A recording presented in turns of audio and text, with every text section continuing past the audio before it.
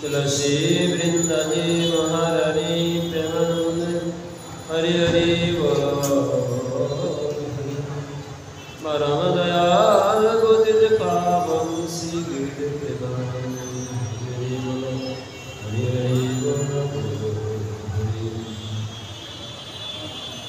वंदे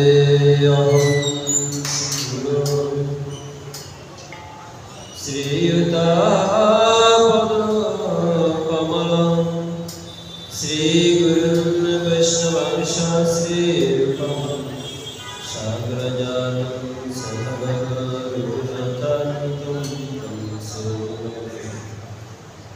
सादयितां सवदूतं परिणमशुद्धितं कृष्णां चैतन्यदेवं श्रीराधाकृष्णदास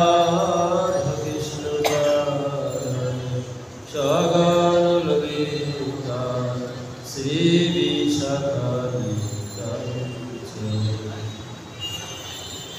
ओम ज्ञानतिमिरान्धस्य ज्ञानाञ्जनशलाकया चक्षुरुन्मीलितं येन तस्मै श्रीगुरवे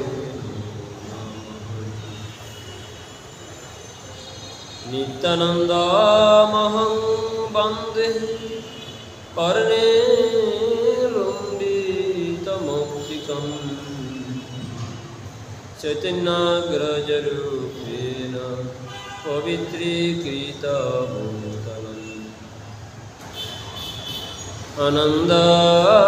आनन्दलीलमय विग्रहाय हेमाबाधिपच्छविसुन्दराय तस्मै मा प्रेमरसपूर्णाय श्रीचैतन्यचन्द्राय श्री अद्वैतं नमस्तेभ्यं कलिजनाकृपनिधे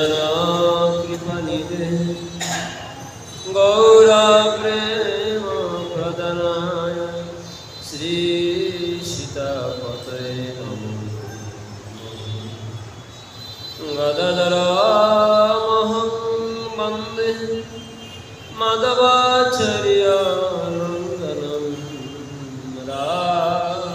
राधवशरणं चैतन्यविनयनं शिवाशपण्डितं नमि गौराङ्गप्रियपार्षदं येषाकृपालभेनापि गौराङ्गो जयते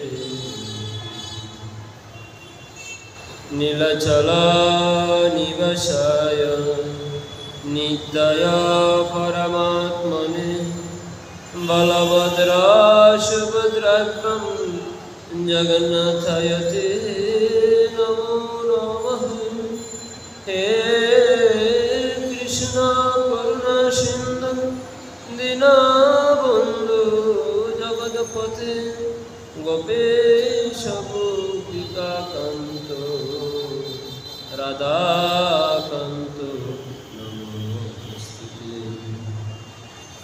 नमो नलिननेत्राय वेणुवाद्यविनोदिने राधाधरसुदपान शालिनी वनमालिनी नवीनं हेमगौराङ्गीं प्रवरन्ति वरं वरं वृषभानुसुतं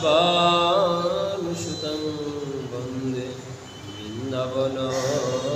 वृन्दावनविलासिम् तुलसीकाननं यत्र यत्र पद्मवनानि च पुराणपठनं यत्र तत्र सन्निहितो हरि श्रीरूप श्री सनातन भट्ट रघुनाथ श्रीदेव गोपाल भट्ट दास रघुनाथ ए जय गोसाई करी चरण बंदा जहा होइते विघ्ननाश अभीष्ट এই জয় গোসাই যারে করুণা করিবে ব্রজে রাধা কৃষ্ণ সেবা অবশ্য পাইবে। বাঞ্ছা কল্পতরুভ্যশ্চ কৃপা সিন্ধুভ্যেব চ পতিতানাং পাবনেভ্যো বৈষ্ণবেভ্যো নমো নমঃ। জয় গুরু নিত্যানন্দ জয় দ্বৈত চন্দ্র গদাধর শিবাসাদি গৌরভক্ত বৃন্দ। জয় শ্রী কৃষ্ণ চৈতন্য প্রভু নিত্যানন্দ। হরে কৃষ্ণ হরে রাম শ্রী রাধে গোবিন্দ। হরে কৃষ্ণ কৃষ্ণ কৃষ্ণ হরে হরে হরে রাম রাম রাম হরে হরে। হরে কৃষ্ণ কৃষ্ণ কৃষ্ণ হরে হরে হরে রাম রাম রাম হরে হরে। হরে কৃষ্ণ কৃষ্ণ হরে হরে হরে রাম রাম রাম হরে হরে। জয় জয় শ্রী গুরু নিতাই গুরু সীতানাথ প্রমানন্দ। হরে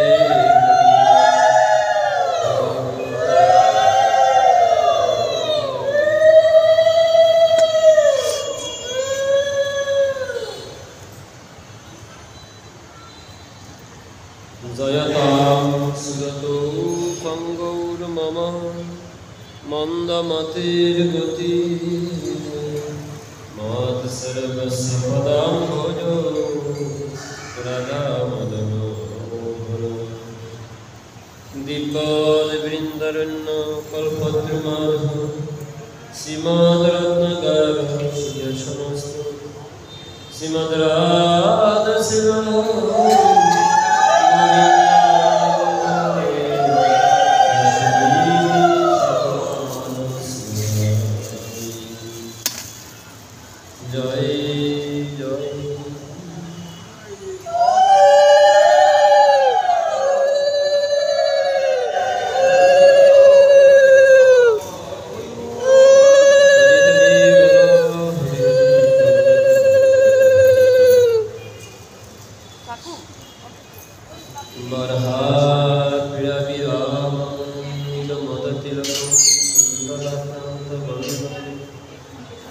স্মিত শুভগৌহং সাদরেণস্তবেন শ্যামং শান্তং ত্রিভৌমং সুবিকরবশনং বৈজয়ন্তা বন্দে বৃন্দাবনস্থং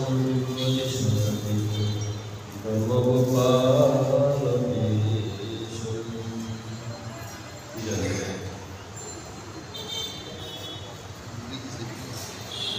বর্হা পীড়া বিরাম নিগমদ তিলক কুণ্ডলাক্রান্তং গণ্ডে।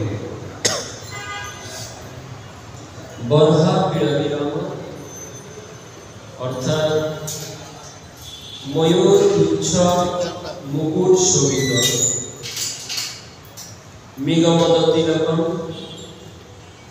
মৃগমদ অর্থাৎ কস্তুরী তিলক পরিহিত।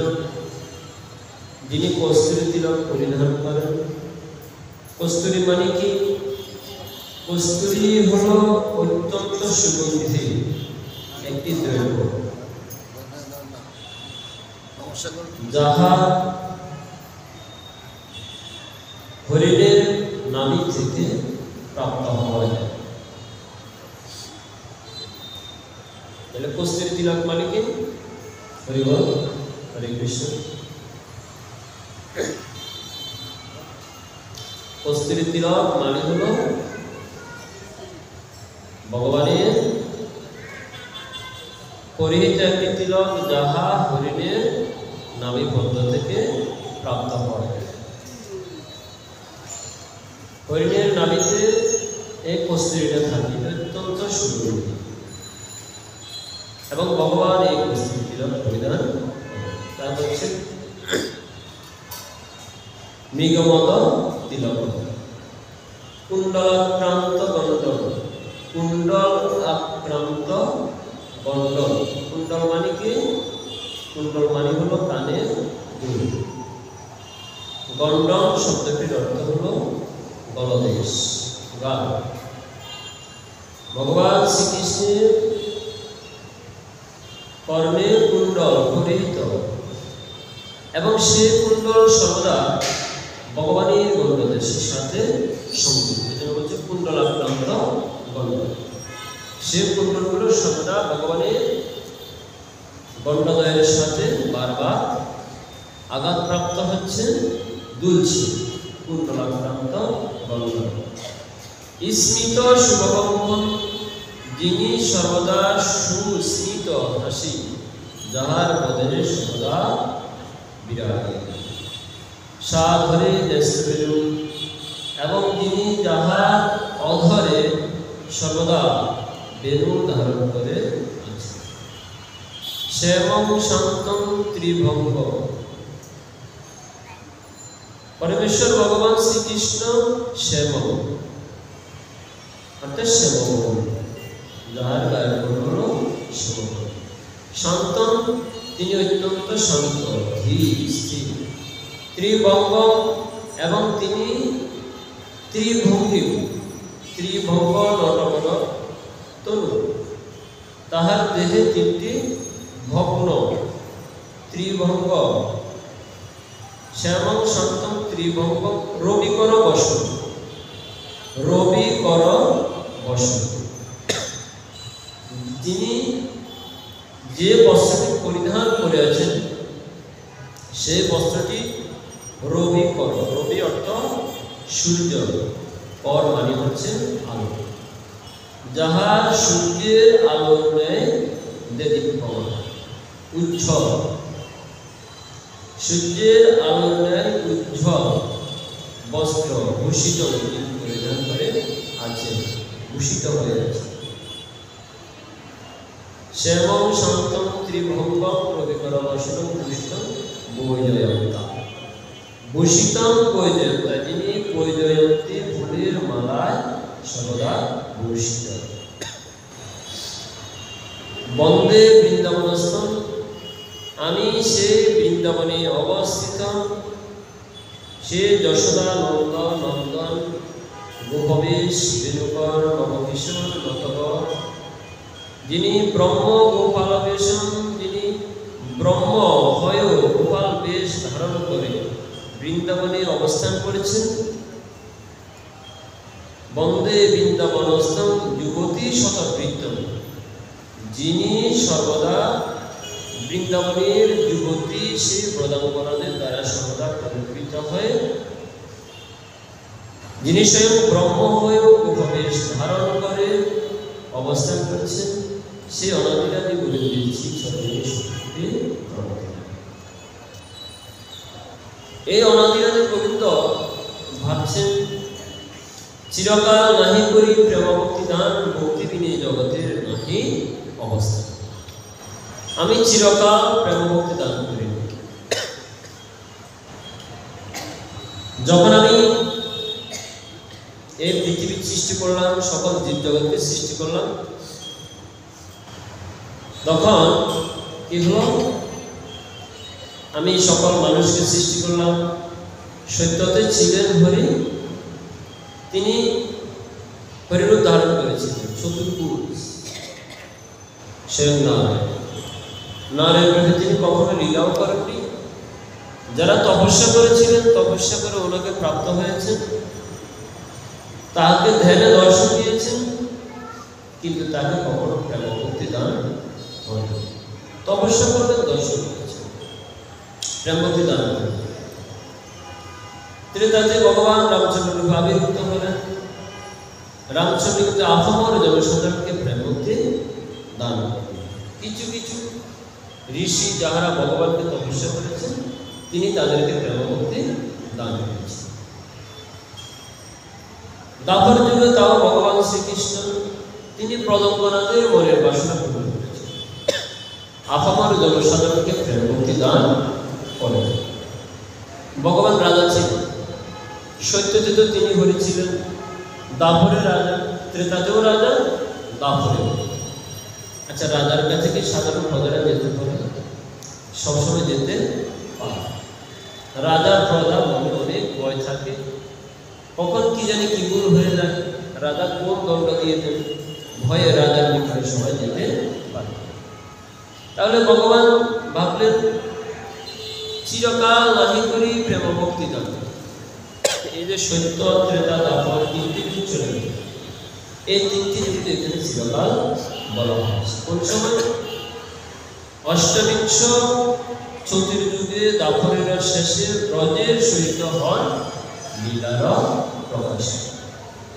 অষ্টবিংশ চতুর্যুগে দাপরের শেষে, এই যে অষ্টবিংশ চতুর্যুগে পরমেশ্বর ভগবান শ্রীকৃষ্ণ তিনি আবির্ভূত হয়েছেন, তার আগের কলিতে তিনি প্রেমভক্তি দান করেছেন সত্য, কিন্তু আগের কলিতে যে প্রেমভক্তি দান করেছেন তারপরে যে সত্য, ত্রেতা, দাপর তিনটি যুগ চলে গিয়েছে, এই তিন যুগের মধ্যে আর কোনো প্রেমভক্তি দান করা হয়নি। তাহলে মাঝখানে তিনটি যুগ অতীত হয়ে গেল, প্রেমভক্তি দান করা হয়। এর আগের কলিতে তিনি যে প্রেমভক্তি দান করেছিলেন নষ্ট প্রায়শ কাল, কালের বিবর্তনে তাহা নষ্ট হয়ে। তাই ভগবান ভাবলেন চিরকাল নাহি করি প্রেম ভক্তি দান, ভক্তি বিনা জগতে নাই। যদি ভক্তি না থাকে জগতে কোনো মূল্য নেই। ভক্তি যদি না থাকে তাহলে জগতে কোনো ভালোবাসাই নেই। যদি ভক্তি না থাকে তাহলে মানুষ ভগবানকে ভালোবাসবে। তাহলে আমাকে যদি এই জগতের মানুষকে ভালোবাসতে হয় তাহলে তাদেরকে আমার ভক্তি শিখাতে হবে। এখন ভক্তি আমি কাকে দিয়ে শিখব? ভক্তি যদি শিখাতে হয় আমার মতো করে কেউ এই জগতে ভক্তি শিখাতে পারে। আমাকে কিভাবে ভক্তি করতে হবে, কিভাবে ভাবিতে হবে, কিভাবে চিন্তা করিতে হবে, তাতে একমাত্র আমি জানি, আর তো অন্য কেউ জানি না। অতএব এই প্রেম ভক্তির শিক্ষা স্বয়ং আমার নিজেকে দিতে হবে। তাই মহাপ্রভু বলছেন আপনি আচরি ধর্ম জীবেরই শিখান, আপনি না আচরিলে শিখানো না। তাই আমাকে নিজেকে আচরণ করে শিখে দিতে।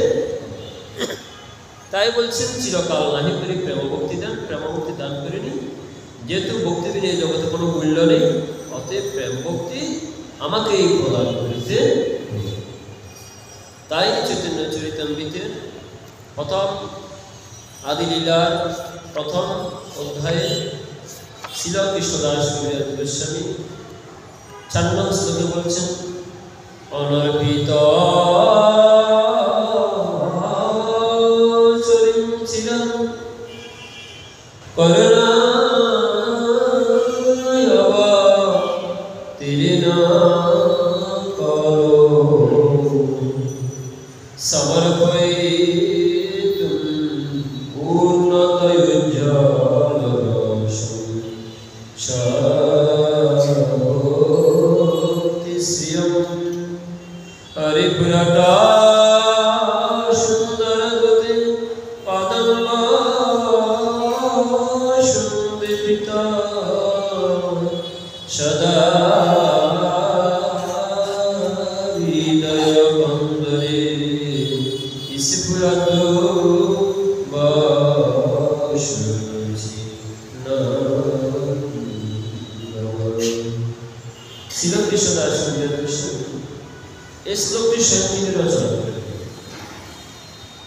শ্লোকটি তিনি শ্রীল রূপ গোস্বামীর রচিত বিদগ্ধ মাধব গ্রন্থ থেকে। রূপ গোস্বামী নাটক রচনা করেছিলেন, ললিত মাধব নাটক, বিদগ্ধ মাধব নাটক। এগুলো হচ্ছে জগন্নাথের লীলা সংকলিত নাটক। ভগবান শ্রীকৃষ্ণ যে দাপর যুগে সে লীলা বিলাস করেছেন, সেই লীলাকে সম্পর্কে রেখে তিনি এই নাটকগুলো রচনা করেছেন। ললিত মাধব, বিদগ্ধ মাধব, এগুলো নাটক। সে নাটকের একটি অঙ্ক থেকে নাটকের বিভিন্ন পর্বকে বলা হয় অঙ্ক। অঙ্ক আমরা নাটক দেখি না, 1 পর্ব, 2 পর্ব, 3 পর্ব, এটাকে বলা হয় অঙ্ক। তো নাটকের একটি অঙ্ক থেকে, বিদগ্ধমাদক নাটকের একটি অঙ্ক থেকে শ্লোকটি তিনি মঙ্গলাচরণে দিয়েছেন। তাৎপর্য কি, কেন তিনি এই শ্লোকটি দিয়েছেন? এত বড় একজন কবি, তাহলে কৃষ্ণদাস কবিরাজ গোস্বামী শুধু কবি নন, তিনি একজন ঋষিও বটেন। তিনি কলিযুগের একজন ঋষি, যিনি স্বয়ং সাক্ষাৎ ভগবানের লীলা আস্বাদন করেন।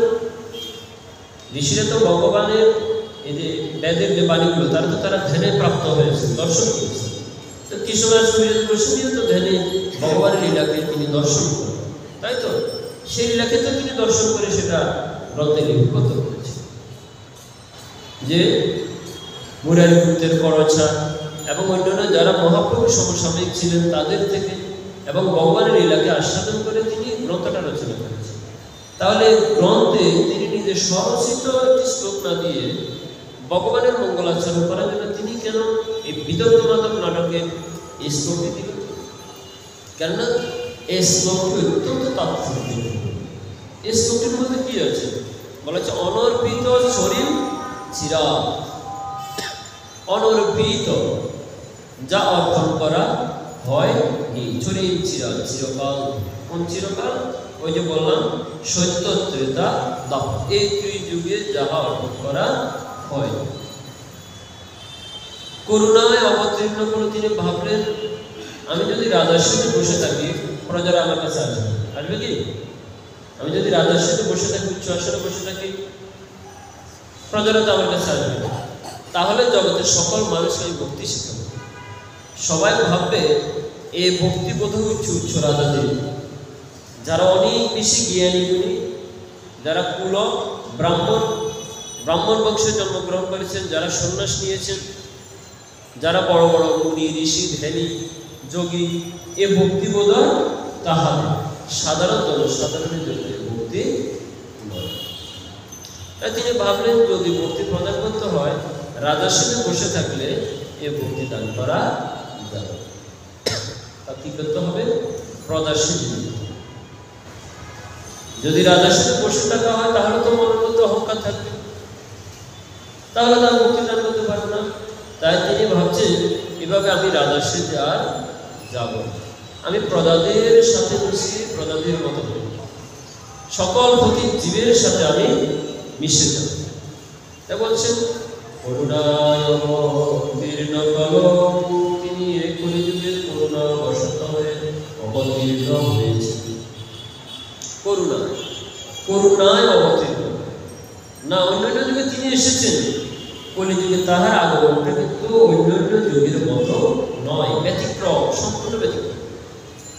আগের ত্রিযুগের কোনো কিছুর সাথে মহাপ্রভুর সাথে কোনো মিল খুঁজে পাওয়া যায়, সম্পূর্ণ ব্যতিক্রম। তাই করুণায় অবতীর্ণ, তিনি করুণা করে অবতীর্ণ হয়েছে। কার জন্য করুণাটা মহাপ্রভু কার জন্য করছেন? আমাদের। এই যে আমরা ভক্তিবিহীন ভাবে এতটুকু যুগ চলে গেল, এই যে ভক্তি পেলাম না, এটার জন্য কে দায়ী? স্বয়ং ভগবানই দায়ী। কেন? তিনি প্রেম ভক্তি দান করেননি। তিনি যদি সত্যযুগের প্রেম ভক্তি দান করতেন, তাহলে কি সত্যযুগের মানুষ সে প্রেম ভক্তি পেত না? পেত, অবশ্যই পেত। তাহলে শুধুমাত্র এই কলিযুগকে ধন্য বলে বলার কোনো প্রয়োজন ছিল না। সত্যযুগটাও ধন্য সত্য ছিল, থাকত। ত্রেতা যুগটাও ধন্য ত্রেতা হতো, দ্বাপর যুগটাও ধন্য দ্বাপর হতো। কারণ প্রত্যেক যুগে তো ভগবান এসেছেন, তাহলে একমাত্র কলিযুগকে তিনি ধন্য বলার প্রয়োজন কেন ছিল? তিনি তো সত্যতাকেও ধন্য সত্য করতে পারতেন। তাহলে তিনি দেননি, কৃপণতা করেছেন। ভগবান কৃপণতা করেছেন, দিবেন না। কেননা যারা ব্রহ্মর্ষি, ব্রহ্মজ্ঞান, তারা কখনো কৃষ্ণ ভক্তি লাভ করতে পারে না। কেন? নিখিল শাস্ত্রে ব্যাখ্যা দেওয়া হচ্ছে, যারা ব্রহ্মের উপাসনা করে তারা 5 প্রকারের মুক্তি লাভ করে। ব্রহ্মের উপাসনা করে কি লাভ করা যায়? হরি বল, সবাই বলতে হবে। ব্রহ্মের উপাসনা করে কি লাভ করা যায়? মুক্তি লাভ করা যায়। কি লাভ করা যায়? মুক্তি লাভ করা যায়। বুঝতে হবে, শুধু পাঠ শ্রবণ করলে তো বাবা হবে না। মনে রাখতে হবে, মুখস্থ করে দিতে হবে এবং বুঝে শুনে ধর্ম করতে হবে। যদি জানিয়া শুনিয়া ধর্ম করে তাহলে সে তরে, না জানিয়া ধর্ম করিলে তবে সে মরে, ধ্বংসের পথে চলে। তাই জেনে শুনে বুঝে ধর্ম করতে হবে। কেননা ধর্মটা হচ্ছে একটা অগ্নিশূন্য। আগুন নিয়ে যেমন খেলা করা যায় না, ভগবানকে নিয়ে তেমনি খেলা করা যাবে না। জেনে শুনে ধর্ম করতে হবে। তাই নিখিল শাস্ত্র আমাদেরকে যে সিদ্ধান্ত দিচ্ছে, সাধুগুরু বৈষ্ণব যে সিদ্ধান্ত দিচ্ছে, সে পথে আমাদেরকে চলতে হবে। মহাজ্ঞানী মহাজন যে পথে পরে গমন হয়েছেন প্রাতঃস্মরণে, তাহলে মহাজ্ঞানী মহাজন আমাদেরকে যে সিদ্ধান্ত দিচ্ছেন, শাস্ত্রের সিদ্ধান্ত দিচ্ছেন, সেটা আমাদেরকে মেনে চলতে হবে। আমি আমার নিজের মত করে ধর্ম করলে বাবা, এটা আমার নিজের মত হবে, কিন্তু শাস্ত্রীয় মত হবে না। তাহলে কি হবে? অর্থে অনর্থ হবে, বিপর্যয় হবে। এই জন্য বলছে স্মৃতি শ্রুতি পুরাণাদি পঞ্চরাত্র বিধি বিনা ঐকান্তিকী হরের ভক্তি উৎপাত হইব কল্পতে, উৎপাত এবং কল্প। উৎপাত স্মৃতিশাস্ত্র, শ্রুতিশাস্ত্র, পঞ্চরাত্র, স্মৃতি শ্রুতি পুরাণ এবং পঞ্চরাত্র, এই শাস্ত্র গ্রন্থগুলো যে মানে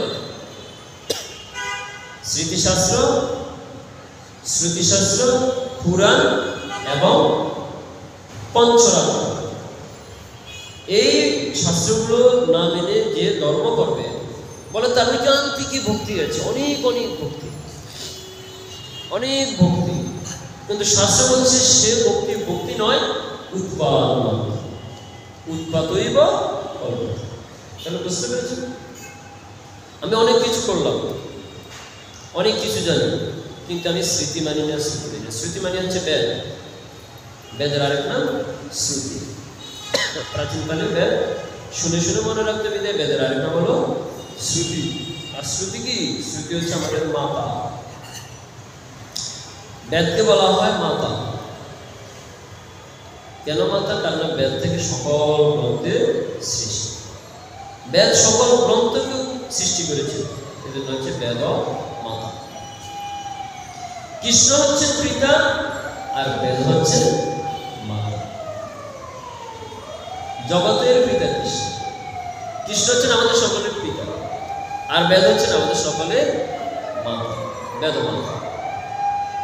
কৃষ্ণ পিতা রূপে আমাদের জন্ম দিয়েছেন, বেদ মাতা রূপে আমাদের লালন পালন করে শিক্ষা দিয়েছেন কি করতে হবে।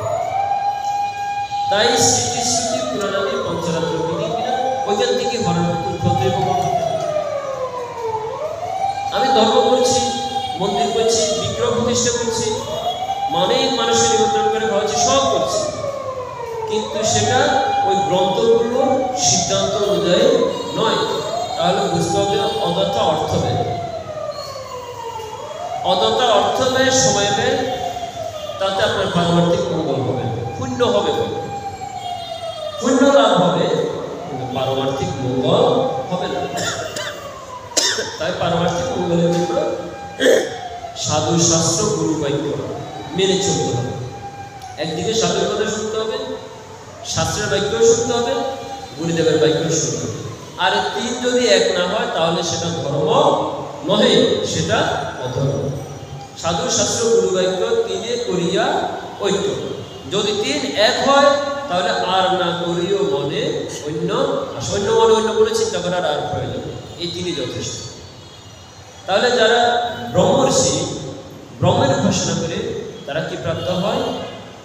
সাধুর্য, সারূপ্য, সালোক্য, সমীপ্য, ষষ্ঠী, 5 প্রকারের মুক্তি লাভ। তাই তাদেরকে বলা হয় ব্রহ্মানন্দী। যারা ব্রহ্মানন্দী, ব্রহ্মে আনন্দ লাভ করে, তারা কখনো কৃষ্ণ মুক্তি লাভ করিতে পারে না। তাই সত্যযুগে সবাই তপস্যা করতো, কার তপস্যা করতো? ব্রহ্মের তপস্যা করতো, ব্রহ্মের উপাসনা করতো, সাকার কৃষ্ণের উপাসনা করতো না। সাকার কৃষ্ণ যে ছিল অনেক ঋষি তা জানতেন, কেননা ভগবান তাদের কাছে প্রকাশিত হননি, ভগবান তাদের কাছে ব্রহ্মরূপে প্রকাশিত হয়েছে। তো দোষটা কার? ভগবান যদি তাহাদেরকে বলতেন আমি সাকার কৃষ্ণ আমার উপাসনা করব, তাহলে কি সেই যোগী ঋষিরা তা করতো না? করতোই। কিন্তু ভগবান কৃপণতা করেছে। একে বলতে হবে ভগবান কৃপণ, অনেক কৃপণতা করেছেন, কঠোরতা করেছেন সত্যযুগের মানুষের সাথে। তিনি কেন করুণা করেননি? বলছে না তাদের অনেক জ্ঞান বিজ্ঞান, এত জ্ঞান দিয়ে এত বিজ্ঞান দিয়ে কখনো আমাকে সাকার রূপে প্রদর্শন করতে পারবে না, আমাকে ভালোবাসতে পারবে না। তাই তারা জ্ঞান বিজ্ঞান নিয়ে থাকুক, তারা ব্রহ্ম উপাসনা করুক, তারা ব্রহ্ম নিয়েই আনন্দে থাকুক। তারপরে কি হবে? তারা মুক্তি লাভ করবে। আর চৈতন্য চরিতামৃতে খুব সুন্দর করে বলা আছে, কৃষ্ণ ভক্ত নিষ্কাম অতএব শান্ত ভক্তি মুক্তি সিদ্ধি গেল সকলেই অসম্ভব। ভক্তি মুক্তি, যেটা সত্য থেকে মানুষ মুক্তির জন্য তপস্যা করে, ভক্তি মুক্তি সিদ্ধি গেল। যারা মুক্তির কামনা করেন, শাস্ত্র বলছে তারা সকলেই অশান্ত, কেউ শান্তি পাবে। ব্রহ্ম কোটি কোটি ব্রহ্মানন্দের যে আনন্দ, কোটি কোটি ব্রহ্মানন্দের যতটুকু আনন্দ হয়, তার কৃষ্ণানন্দের কোটি ভাগের এক বিন্দুর সমতুল্য। কৃষ্ণানন্দ কত আনন্দ!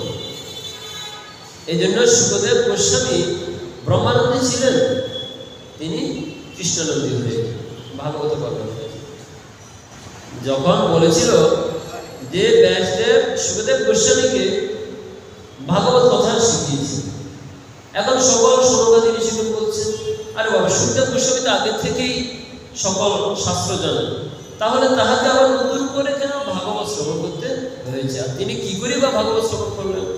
এটা তো অসম্ভব। তিনি কি করে ভাগবত শ্রবণ করবেন?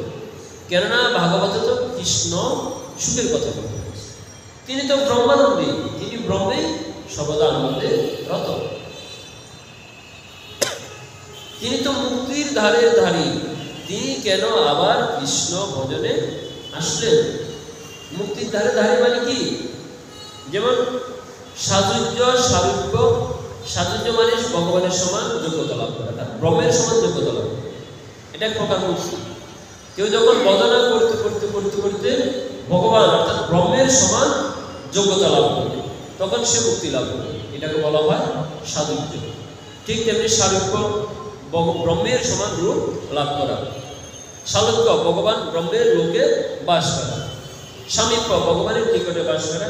শাস্তি, ভগবানের সাথে যুক্ত হয়ে যাওয়া, ভগবানের সাথে মিশ্রিত হয়ে যাওয়া, ব্রহ্মের সাথে লীন হয়ে যাওয়া। এই পাঁচ প্রকার হচ্ছে মুক্তি। তো বলা হচ্ছে জীব এবং ব্রহ্ম কখনো এক হতে পারে না, দুটির মধ্যে আলাদা ভেদ আছে। কিন্তু যারা ব্রহ্মানন্দী, তারা ব্রহ্মের সাথে নিজেকে সমতুল্য মনে করে, ব্রহ্মের সমান নিজেকে যোগ্য মনে করে, ব্রহ্মের সাথে নিজেকে লীন করে দেয়। অতএব তারা কখনো, তারা নিজেকে ব্রহ্ম মনে করে, অহম ব্রহ্মাস্মি, আমি ব্রহ্ম। অতএব তাহাদের মধ্যে কখনো কৃষ্ণ ভক্তি কি করে হতে পারে? কেননা কৃষ্ণ ভক্তি তো তখনই হবে যখন সে ভগবানের সাথে সম্পর্ক সৃষ্টি করবেই।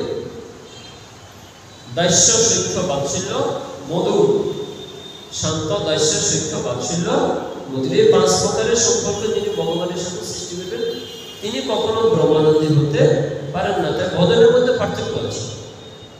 যারা ব্রহ্মানন্দী, তিনি তো ব্রহ্মেই সমাহিত, তিনি ব্রহ্মের সাথে কোনো সম্পর্ক তার নেই, তিনি ব্রহ্মের সমান যোগ্যতা লাভ করবেন, তাহলে তিনি তো কখনো কৃষ্ণভক্তি হতে পারেন না।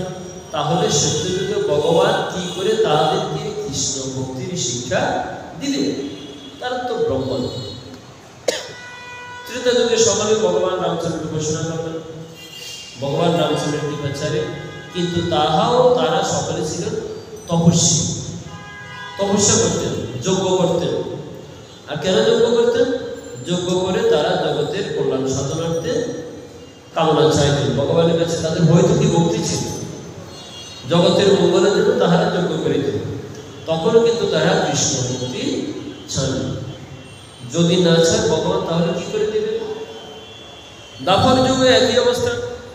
ভগবান শ্রীকৃষ্ণ তিনি শুধুমাত্র সেই ত্রেতা, যে সমস্ত মুনি ঋষিগণ ছিলেন তাদেরকে দাপর যুগে এসে তাদের মনের বাসনা পূর্ণ করলেন। যারা ভগবান রামচন্দ্রকে স্বামী রূপে পেতে চাইলেন, ভগবানের সাথে লীলা অংশগ্রহণ করতে চাইলেন। ভগবান বললেন তোমরা সবাই দ্বাপর যুগে গোকুলে বৃন্দাবনে তোমরা সবাই জন্মগ্রহণ করো, তোমাদের মনের বাসনা আমি পূর্ণ করব। তাই সকলেই নারী রূপে জন্মগ্রহণ করলেন, কেননা এই পুরুষ দেহে কখনো ভগবানের সাথে কি সম্পর্ক স্থাপন করা যাচ্ছে না, কেননা নারী রূপ ধারণ করতে হবে। তাই এই জন্মের সম্ভব নয়, তাই তারা দ্বাপর যুগে আসে। বলো ভালো কথা, দ্বাপর যুগে তাও কি ভগবান সবাইকে কৃপা করেছিলেন? না, মুষ্টমীয় যারা ভগবানের কৃপা আগেই পেয়েছিলেন, যারা সিদ্ধি লাভ করেছিলেন, তারা সকলে ভগবানের কৃপা লাভ করেন। তাই এই 3 যুগে তিনি কৃষ্ণ প্রেম ভক্তি দান করতে পারেন। তাই ভগবান চিন্তা করলেন এখন আর সময় নেই, এই কৃষ্ণ প্রেম ভক্তি আমি যদি আরো লুকিয়ে রাখি তাহলে জগতের মানুষ অধপতনের দিকে চলে যাবে। কেন যাবে? কলিযুগেই বা কেন কৃষ্ণ ভক্তি দান করতে হবে? কেননা সত্যযুগের মতো তাদের সেরকম শক্তি ধৈর্য আর নেই। দ্বাপর ত্রেতা যুগেও সেটা কমে গেল, দ্বাপর যুগেও কমে গেল, কলিযুগে একেবারেই কম, একদম কম বয়স, বেঁচে থাকার সময় একেবারেই কম, ধৈর্য একেবারেই কম, মনের চঞ্চলতা অনেক বেশি, মন সর্বদা পাপ পথে পরিচালিত হচ্ছে, অন্নগত প্রাণ এবং নারীগত মন কামনা বাসনা সর্বদা তারা জর্জরিত। শুধু তাই নয়, তৃতীয় ক্লেশ, আধ্যাত্মিক আধিপতিক আদিদৈবিক তৃতীয় ক্লেশ সর্বদা তাদেরকে জর্জরিত করে রেখেছে। অতএব ওই 3 যুগের মতো বদন সাধন তাদের পক্ষে সম্ভব নয়। তাই বলছেন এবার করুণায় অবতীর্ণ। তাই তিনি সব কিছু বিচার বিবেচনা করে কলিযুগে করুণা বশত তিনি অবতরণ করেছেন, অন্য যুগে করেন। তো করুণায় অবতীর্ণ হয়ে তিনি কি করেছেন বলছেন, সমর্পয়িত উন্নত উজ্জ্বল রস। কিন্তু আসলেন, করুণায় অবতীর্ণ হলেন, এসে কি লাভ হবে? কিছু তো নিয়ে আসতে হবে নাকি? আত্মীয় স্বজনের বাড়িতে আসলেন, খালি হাতে আসেন না, শুধু আসলে তো হবে না, কিছু তো হাতে নিয়ে আসতে হবে, উপহার বা সামগ্রী, ফল ফলাদি নাকি? শাস্ত্রে নিয়ম আছে, যদি রাজাকে দর্শন করতে যাওয়া হয় তখন খালি হাতে যেতে নেই। রাজ দর্শনে গেলে কখনো খালি হাতে যেতে নেই, তাহলে অমঙ্গল হয়। যিনি রাজ দর্শন করতে যাবেন খালি হাতে গেলে তাহার অমঙ্গল হবে। তাই রাজার জন্য কিছু না কিছু উপহার, আপনার সামর্থ্যে যা করবেন, একটি ফল নিয়ে নেন, যা আপনার সামর্থ্যে পেল অন্তত রাজার জন্য একটি ফল নিয়ে, তাহলে রাজ দর্শন কখনো খালি হাতে করতে নেই। ভগবানের দর্শন কখনো খালি হাতে করতে নেই। আপনি ভগবানকে দর্শন করতে যাচ্ছেন, কিছু নিয়ে যেতে হবে, খালি হাতে ভগবানকে দর্শন করতে নেই। তারপর গুরু দর্শন, যিনি আপনার গুরু, সে গুরুদেবকে দর্শন করতে যাচ্ছেন, খালি হাতে কখনো গুরু দর্শন করতে নেই। শাস্ত্রীয় বিধান আছে। আমাদের আদি পিতামহ তার মনুসংহিতাতে তাহা লিখেছেন, রাজ দর্শন খালি হাতে করতে নেই, ভগবানের দর্শন কখনো খালি হাতে করতে নেই। ওই যে সুদামা গিয়েছিলেন ভগবানকে দর্শন করতে, খালি হাতে কি করে দেব? একে তো বাল্যকালের বন্ধু, আরো হচ্ছে রাজা, দুই দিকে সম্পর্ক। এক বাল্যকালের বন্ধু, তো বন্ধুকে আমি যখন খালি হাতে যাবো, বন্ধু বলবো আমার জন্য কি এনেছিস, আমি কি দেবো, কিছু তো নিয়ে যেতে হবে। আরেকদিকে হচ্ছে রাজা, রাজার দর্শন কখনো খালি হাতে করা যাবে না। তাই তিনি কি নেবেন? তার কিছুই, খুদের লাড়ু নিয়েছে, আমরা সকলে, তাই না? সুদামা বলছেন যে আমি কৃষ্ণ দর্শনে যাব, কি নিয়ে যাবো, আমার তো কিছুই নেই। তিনি ভিক্ষা করে আনবেন। তখন সুদামায়ের স্ত্রী বলছেন, আমি এগুলো দিয়ে লাড়ু বেঁধে দিচ্ছি, তুমি প্রভুর জন্য লাড়ু নিয়ে যাবে, চিয়ের লাড়ু। যখন নিয়ে গেলেন তো কৃষ্ণ পথ দিয়ে গেলেন, যাওয়ার পথে বালুকাময় পথ, তার পা পড়া গেল অত্যন্ত উত্তপ্ত বালুকার মধ্য দিয়ে। যখন সুদামা গেলেন, তাহার চরণগুলো ফসকা পড়ে গেল। আর অনেক কষ্টময় পথ দিয়ে সুদামা যখন আসলেন শ্রীকৃষ্ণের ধারে এসে দেখলেন সামনে দাঁড়িয়ে আছে, একদম ভিখারির বেশ, পরনের বস্ত্র ময়লা। তখন দাড়ি তো তাকে ঢুকতে দিচ্ছেন না। এদিকে সুদামা দাড়িকে বলছেন যে তোমাদের রাজাকে গিয়ে বলো তাহার বাল্যকালের বন্ধু সুদামা এসেছে। ভগবানের আবার বন্ধু হয়, এরকম ময়লা বস্ত্র পরিধান নাই, কি রুক্ষ তোমার রূপ। আমাদের রাজা তার বন্ধু নাকি একজন ভিখারি, আবার ভয় পাবো না? বলছে না, তুমি যদি কৃপা করে একবার কৃষ্ণকে গিয়ে বলো, তুমি আবার আমাদের রাজার নামও ধরছো। বলে না, তুমি কৃপা করে তোমার রাজাকে গিয়ে বলো যে তোমার বন্ধু সুদামা এসেছে। তুমি আমাকে ঢুকতে দিও না, ভালো কথা, অন্তত কথাটা তো বলতে পারো। সেই অনেক কান থেকে অপেক্ষা করেছে, কোনো মতে সুযোগ দিচ্ছে না। চলো বান্দা, সুদামা ভগবানকে দর্শন না করে যাবেন না, দাঁড়িয়ে আছে। তখন দাওয়ান ভাবলেন আতুর ভয় নেই, অন্তত গিয়ে ভগবানকে গিয়ে বলে দেখি। যখন যেই না মাত্র ভগবানকে বলেছেন যে প্রভু আপনার অনেক বন্ধু নাকি সুদামা আপনার দর্শনে এসেছে, যেই না মাত্র ভগবান শুনেছেন তাহার ভক্ত সুদামা এসেছেন, তখন আমার অনাদি গোবিন্দ আজ পর্যন্ত আসনে কৃষ্ণ বসিল আসিয়া। পর্যন্ত মানে স্বর্ণের আসনে কৃষ্ণ বসে আছে। তরিতে উঠিল হরি সুদামা দেখিয়া। ভগবান শ্রীহরি যখন সুদামার নাম শুনলেন তখন তিনি দাঁড়িয়ে দিলেন। এমনিতে তো ভগবান জানেন তিনি অনেকক্ষণ পর্যন্ত অপেক্ষা করে আছেন তাহার বন্ধু সুদামা ভগবান আসে। তখনই তিনি সাথে সাথে তাহার সিংহাসন ত্যাগ করে বন্ধুর জন্য দৌড়ে যাচ্ছে। সবাই তো তাকিয়ে আছে, দারুণ বলছে কি বললাম, কোথায় একেবারে ময়লা ছেঁড়া বস্ত্র পরিধানকারী একজন ব্যক্তি ভগবানের নাকি বন্ধু। যেই না তার নাম শুনলো ভগবান সাক্ষাৎ তাহার দর্শনে নিতে দৌড়ে যাচ্ছে। কত বড় বড় রাজা মহারাজরা আসলো কৃষ্ণকে কখন উঠে দাঁড়িয়ে তাদেরকে আমি সম্ভাষা করতে দেখি। আর কোথাকার এক ফকির আসলো তাকে সম্ভাষা করার জন্য সে ভগবান নিজে সিংহাসন ত্যাগ করে সুদামাকে প্রভু স্বয়ং সাক্ষাৎ নিজে এনে নিজের সিংহাসনে বসে।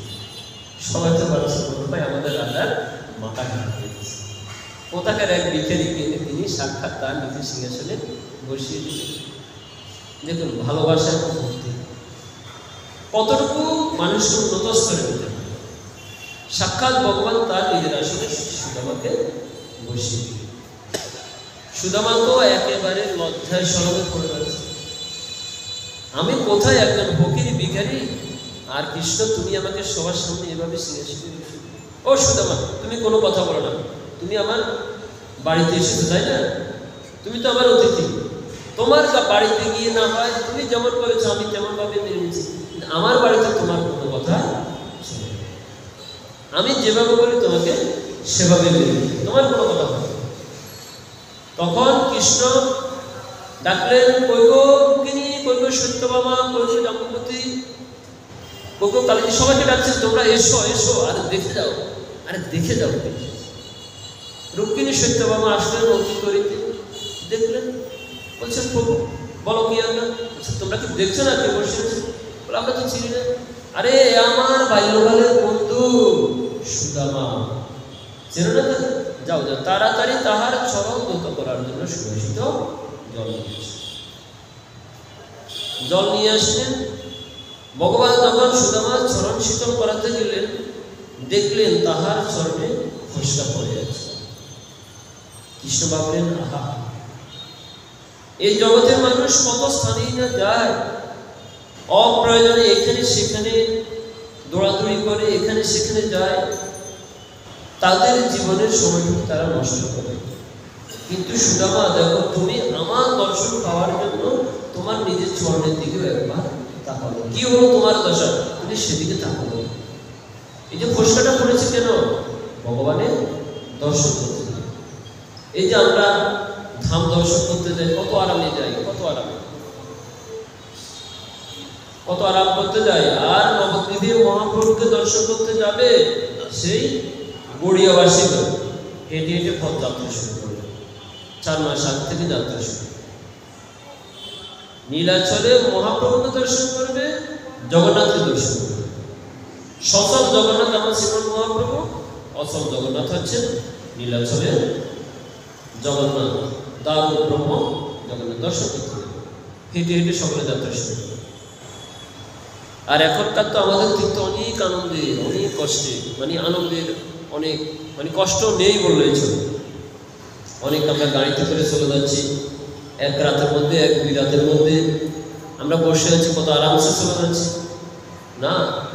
ভগবানের দর্শনে পায়ে হেঁটে যেতে হবে, কিন্তু এখন সকলের পক্ষে সম্ভব নয়। এই যে জড় ভরত শিক্ষা দিলেন, রাজা বহু ভগবানের কথা শ্রবণ করবেন, যাচ্ছেন তিনি পালকিতে চড়ে। ও তুমি ভগবানের কথা শুনতে যাচ্ছ, তাও পালকিতে চড়ে, অন্যের ঘাড়ে চেপে অন্যকে যাত্রা দিয়ে আরাম করে যাচ্ছ তুমি। আহারে ভগবানের মহিমা, ভগবানের কীর্তন, ভগবানের নাম গুলো শ্রবণ করতে হলে, ভক্তি লাভ করতে হলে তোমাকে কি করতে হবে? ধুলি গায়ে মানতে হবে। তুমি, তোমার গায়ে তো ধুলি লাগছে না, কিন্তু ভক্তি লাগছে, তোমার ভক্তি লাভ হবে কি? জড় অপরাধ রুগরকে শিক্ষা দিবে। তিনি সাথে সাথে পালকি থেকে নেমে গেলেন। আরে কি বলে, খুব গুরুত্বপূর্ণ কথা বলছে। তিনি পালকি থেকে নেমে গেলেন, জড় অপরাধকে জিজ্ঞাসা করলেন, বলো, তুমি বলো, এই যে কথাটি বলে এটার মাহাত্মটা বলছেন। আমি তো তেমন কিছু বলিনি, আমি বলেছি যদি ভগবানের কৃপা লাভ করতে হয় তাহলে ধুলিতে গড়াগড়ি দিতে হবে। কেননা ভগবানের কৃপায় ধুলিতে আছে অনেক গুণী ঋষি, অনেক ভজনশীল ব্যক্তি, রজ ভক্তি ধুলিতে আছে। তুমি যদি সে ধুলি গায়ে না মাখাতে পারো তাহলে তুমি ভক্তি লাভ করবে কিভাবে? রাজা রবি সাথে সাথে পাল করতে বলছেন না, বাকি পথ আমি ভক্ত সঙ্গ। তিনি জড়বড়দের কাছ থেকে কৃষ্ণ কথা শ্রবণ শুরু করেন। এই তো শিক্ষা। তাই কি হচ্ছে আজকে, যে এখানে দেখুন, সে সুদামা যখন সে সিংহাসনে বসেছিলেন, কৃষ্ণ সুবাসিত জল দিয়ে সুদামায় চরণ দৌড়াবেন। আর কি করে দৌড়াবেন? দুটো চরণের মধ্যে পরিষ্কার হয়ে গেছে। ভক্ত আমার জন্য এত কষ্ট করেছে, ভগবান শ্রীকৃষ্ণ জল ধরে রাখতে কি সুবাসিত জল দিয়ে তিনি চরণ দৌড়াবেন, নয়নের জলে তিনি সুদামায় চরণ দৌড়াবেন। আর এক এক করে যখন ভগবান শ্রীকৃষ্ণের নয়নের জল সুদামায় চরণে পড়ছেন, সাথে সাথে সুদামায় সে পরিষ্কারগুলো আস্তে আস্তে ভালো হয়ে গেছে। ভগবানের নয়নের জল সুদামা আর সুবাসিত জল দিয়ে চরণ ধুইয়ে দিলেন। আর সেই চরণের জল তিনি নিজে গ্রহণ করেছেন। বলছেন বিপ্রভাত। সুদামা বলছে, সুদামা, কৃষ্ণ তুমি কি করছো? তুমি কেন তাহা করছো? বলছে না, ব্রাহ্মণ হচ্ছে জগতের, আর তুমি ব্রাহ্মণ। সুদামা ছিলেন ব্রাহ্মণ সন্তান, কিন্তু শ্রীকৃষ্ণ ব্রাহ্মণ সন্তান ছিলেন না। শ্রীকৃষ্ণ ছিলেন ক্ষত্রিয় বংশ। শ্রীকৃষ্ণ ছিলেন ক্ষত্রিয় আর সুদামা ছিলেন ব্রাহ্মণ। তা বলছেন তুমি ব্রাহ্মণ, বিপ্রপাদত গ্রহণ করলে জন্মে জন্মান্তরে দুষ্কৃতি দূরীভূত হয়ে কৃষ্ণ বুদ্ধি লাভ। আরে ভগবানের চরণামৃত পান করলে কি হয়? সে অকাল মৃত্যু থেকে মুক্তি লাভ করে। কিন্তু বিপ্রপাদত গ্রহণ করলে তার জন্ম জন্মান্তরে দুষ্কৃতি নাশ হয়। ভগবানের স্বর্ণদূত থেকে বিষ্ণুর স্বর্ণদূতের মূল্য আরো অনেক বেশি, মহিমা আরো বেশি।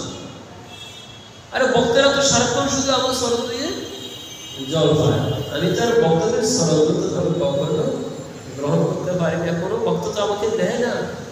ভক্তরা যেমন লালায়িত আমার কাছ থেকে, আমারও তো সেরকম বাসনা আছে, সেরকম পাওয়া, কিন্তু আমি তো সেরকম পাই না। তাই এই সুযোগ পেয়েছি, সুদামা তুমি আমাকে আর পাবা, এই আমি সুযোগ। সুদামা তোমার মনে আছে? তোমার মনে আছে যখন বাল্যকালে আমরা খেলা করতাম, চোর চোর খেলা, বৃন্দাবনে খেলা তো চোর চোর খেলা, এরকম যে সবাই একসাথে পাতা লুকাবে, অনেকগুলো পাতা একসাথে রাখবে এক জায়গায়, তার মধ্যে একটি পাতা থাকবে ছেঁড়া। তো সবাই চোখ বন্ধ করে এসে সে একটা করে পাতা নেবে, ছেঁড়া পাতাটি যার ভাগ্যে পড়বে সে হবে চোর। ছেঁড়া পাতাটি যার ভাগ্য হবে সে হবে চোর। আর তার কাজ কি, যেহেতু সে চোর, এখন চোরকে তো শাস্তি দিতে হবে, সে সবাইকে কাঁধে নিয়ে সেই বৃন্দাবনে ঘুরে বেড়াবে। এরকম একদিন চোর চোর খেলা হলো, সবাই একটা একটা করে পাতা নিয়ে এক জায়গায় রাখলো, পাতাগুলো আলো আলো করে দেওয়া হলো, চোখ বন্ধ করে এক একজন এক একটা করে পাতা নিচ্ছে। আজ এখন হলো কৃষ্ণের পালা, কৃষ্ণ তো যাচ্ছে, কৃষ্ণ চোখ বেঁধে দেওয়া হলো, চোখ বেঁধে দেওয়া হলো। কৃষ্ণ যখন গিয়ে সে পাতাটা তুললেন, ছেঁড়া পাতাটা কৃষ্ণের ভাগ্যে পড়ল। কৃষ্ণ ভাবলেন, হায় হায়, আমি বুঝি চোর হয়ে গেলাম। এবার সুদামা থেকে সবাই বলছে, চোর কৃষ্ণ, চোর কৃষ্ণ, চোর কৃষ্ণ। চুপ চুপ, চোর কি আমি একা? আমি কি একা চোর? আমি তো পুরো টিম নিয়ে দিতাম, পুরো দলেই তো সবাই চুরি করতাম, আর আজকে আমি চোর হয়ে গেলাম, তোরা আমাকে চোর বানিয়ে দিচ্ছিস।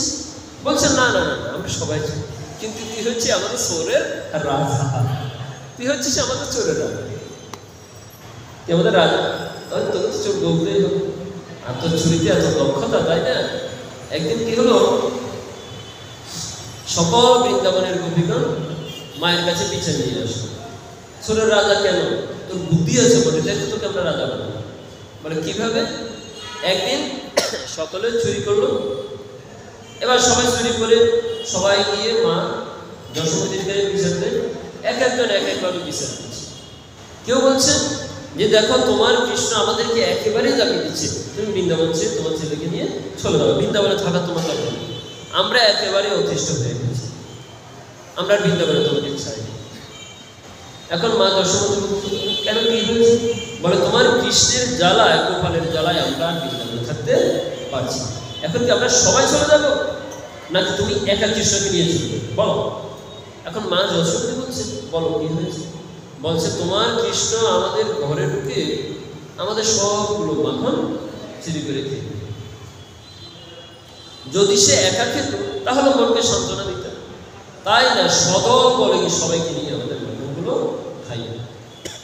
শুধু তাই নয়, নিজে তো খায়, আবার বৃন্দাবনের মানবদেরকেও নিজে তো খায়, সখাদেরকে খাওয়ায়, আবার বানর টানর যা আছে সবাইকে বিলিয়ে দেয়। তো সবাই এরকম স্বাভাবিক, যদি সন্তানের কেউ দোষ দেখায়, কেউ একটা না একটা কারণ দেখিয়ে তো সেটাকে সমাধানের চেষ্টা করে। তো মাতা যশোমতী বলছেন, আচ্ছা ঠিক আছে, যেহেতু তো বালক ছোট, যেহেতু তোমাদের মাখনগুলো খেয়ে ফেলে, নবনীত খেয়ে ফেলে, তুমি একটা কাজ করো, তো বালক ছোট বালক, তোমরা শিখাতে রেখে দাও, এ তো আর ওখানে নাগাল পাবে না, শিখাতে রেখে দাও। বলছেন, না সেটাও করেছি। কি করেছি? বলে, আমরা শিখাতে রেখেছি। তো তাহলে সমস্যাটা কি? বলছে, 2-3 জন হাঁটু গেড়ে বসে, তার উপরে আরো 3 জন, তার উপরে আরো একজন, তার উপরে কৃষ্ণ উঠে সেখান থেকে মনোযোগী ধরে। ও তাহলে উপায় নেই। বলে, তাহলে একটা কাজ করো, যদি ওভাবে খেয়ে ফেলে তাহলে তোমরা লুকিয়ে রেখো। বলছে, তাও করেছি। আরেকজন বলছে, তাও করেছি, তাও কৃষ্ণের হাত থেকে আমরা রেহাই পাই। বলছে কেন? বলে, যখন আমরা মানে লুকিয়ে রাখি, তুমি যে কৃষ্ণের শরীরে যে মণিগুলো দিয়ে তাকে সাজিয়ে দাও, যে অলঙ্কার দিয়ে সাজিয়ে দাও, জানি না সে অলঙ্কারের গুণে নাকি তার দেহে দিব্য আলো আছে, যেখানে লুকিয়ে রাখি সে যেখানে যায় সেখানেই এমনি অন্ধকার আলো হয়ে যায়। তো লুকিয়ে রেখেও পারবে, সেখান থেকে সে খুঁজে নিয়ে। তো বলছে, তাহলে কোনো মতো উপায় নেই। বলছে, আচ্ছা একটা কাজ করো, সব রকমই যেহেতু চুরি করে, তুমি হাতে নাতে ধরে যাবে, হাতে নাতে ধরলে তো আর কোনো সমস্যা নেই। বলে, আচ্ছা ঠিক আছে, হাতে নাতে তোমার পুত্রকে ধরিয়ে দেবে। এখন একদিন কি হলো, এক গোপী বলছেন, আজকে কৃষ্ণকে হাতে নাতে ধরিয়ে দেবে। তো সে গোপী কি করলো, বাড়িতে একেবারে খুব ভালোভাবে মাখন তৈরি করলো। মাখন তৈরি করে আজ খুব উচ্চস্বরে বলছে, আজকে খুব ভালোভাবে মাখন তৈরি করেছি, খুব সুন্দর করে, খুব সুমিষ্ট মাখন, একেবারেই যে এটা আস্বাদন করবে না সে কখনো বুঝবে না এই মাখনের স্বাদটা। খুব জোরে জোরে চিৎকার করে বলছে, মানে এটা হচ্ছে কি একটা ফন্দি, কৃষ্ণকে ধরার একটা ফন্দি। আর সেই করে তাহার এক দেবর ছিল, সে দেবর সেটা শুনতে পেরেছে। সে দেবরও কিন্তু কৃষ্ণের একজন সখা।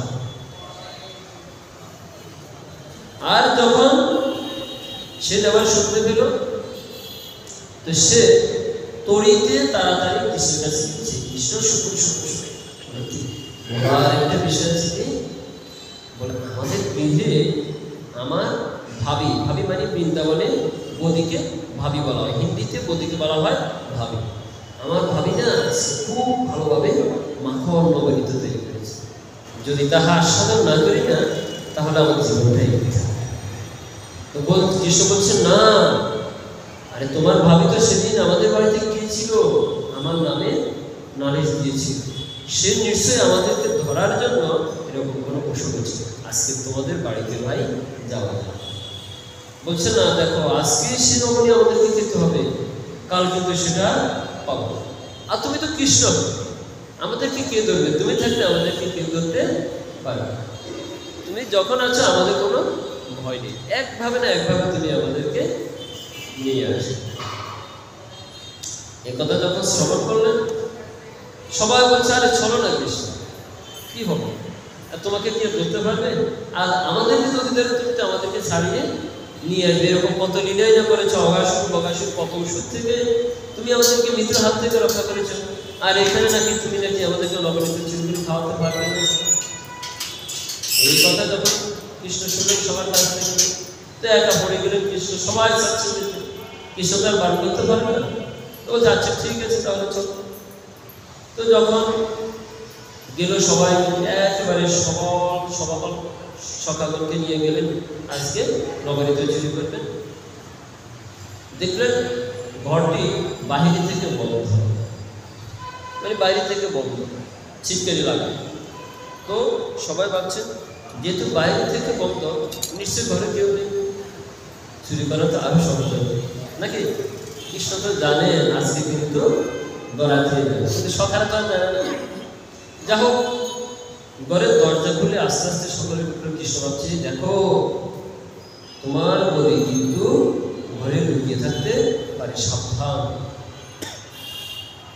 তো যেখানে যে স্থানে নবনীত রাখা হয়েছে, মাখন রাখা হয়েছে, সে স্থানে সে পাত্রের উপর এমনভাবে একটি ঘন্টি মানে ঘন্টা রাখা হয়েছে, যদি কোনো ক্রমে তাহা তুলতে দেয় সেটা আওয়াজ শুরু হয়ে যায়, তাহলে তখন এসে তাদেরকে ধরে নেবে, মানে চোদ্দরার ফাঁদ আর কি। তো ভগবান ভাবলেন এই দেখো সাবধান, দেখো এখানে কিন্তু ঘন্টা রাখা আছে, যদি কোনো মতে এই ঘন্টাটা পড়ে তাহলে কিন্তু আমরা ধরা খেয়ে দেবো, সাবধান।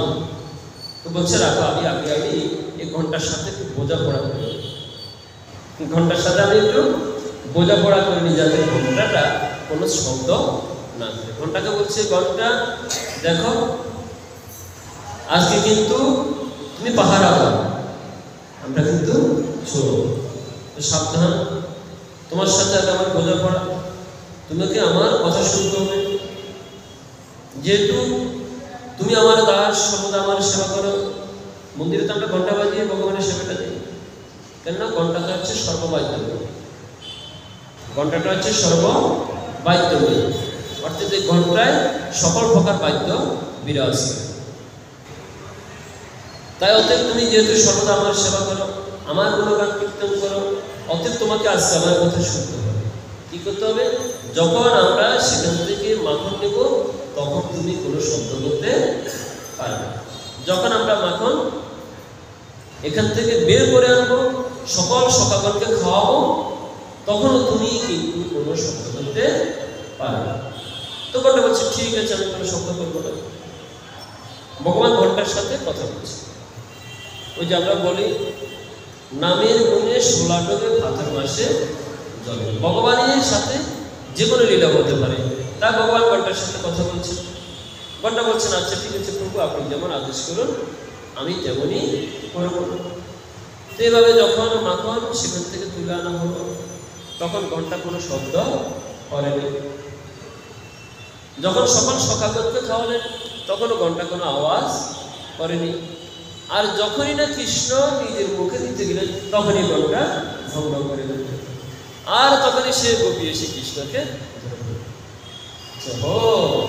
চুরি করার স্বাদ বুঝি এখনো মেটেনি। মায়ের সঙ্গে তো তখন আমাদেরকে বিধান দেখিয়েছে, তোমার মা তোমাকে বিশ্বাস করে আজকে হাতাহাতি করেছে, আজকে কিন্তু আর ছাড়াছাড়ি নেই, আজকে কিন্তু তোমাকে হাতাহাতি করেছি, তোমার মুখে মাখন লেগে আছে, আর কোনো মতে তুমি ফিরে যেতে পারো। এই হলো কৃষ্ণ। বেশ ধরা তো গেলাম। এখন বাকি সখারা সবাই আজকে আর কথা বলছে, সাক্ষাৎ আমাদের রাধাই ধরা পড়েছে। আমরা ধরা পড়েছি, আমাদের কিন্তু পার করে নিয়েছে, এখন আমাদের রাধাই ধরা পড়েছে, কি করবো? ভীষণ বিপদ। তখন কৃষ্ণ বলছে, আচ্ছা আচ্ছা ঠিক আছে ঠিক আছে, আমি ধরা পড়েছি, মায়ের কাছে তো নিবে, তার আগে আমার একটু কথা আছে। এই ঘন্টার সাথে আমার একটু বোঝাপড়া করে, ঘন্টার সাথে তো আগে আমার চুক্তি হলো। ঘন্টা কেন আজকে এই দ্বিমত কাজ করলো? তো ঘন্টাকে জিজ্ঞেস করলো, ঘন্টা তোমার সাথে তো আমার কথা ছিল, তুমি বাজবে না। বলে, তুমি তো প্রভু যা আদেশ করছো আমি তাই মেনে চলেছি। তাহলে সমস্যাটা কোথায় হলো?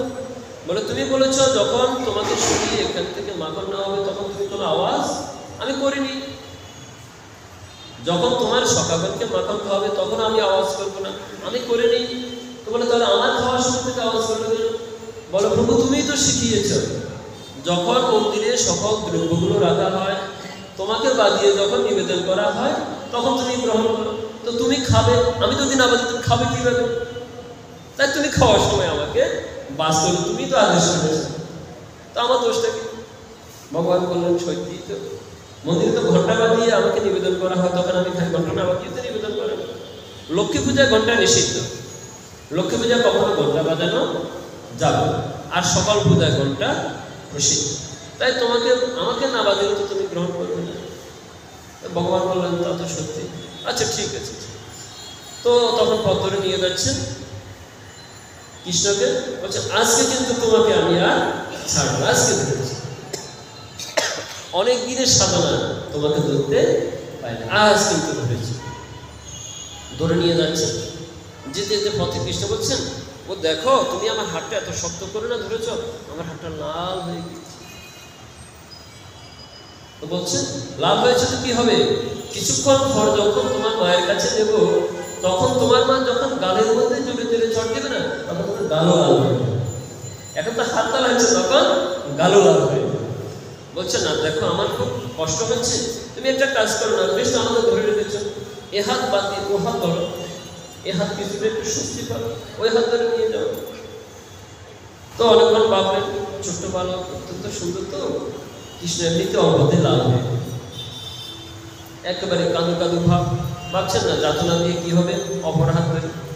ওই যখনই এ হাত ছেড়ে দিয়ে ও হাত ধরতে গেলেন তখনই কৃষ্ণ কি করলেন, সে গোপিকার দেবর যে আছে না, দেবরের হাতটা ঢুকিয়ে দিলেন, এখন দেবরের হাত ধরে নিয়ে যাচ্ছে।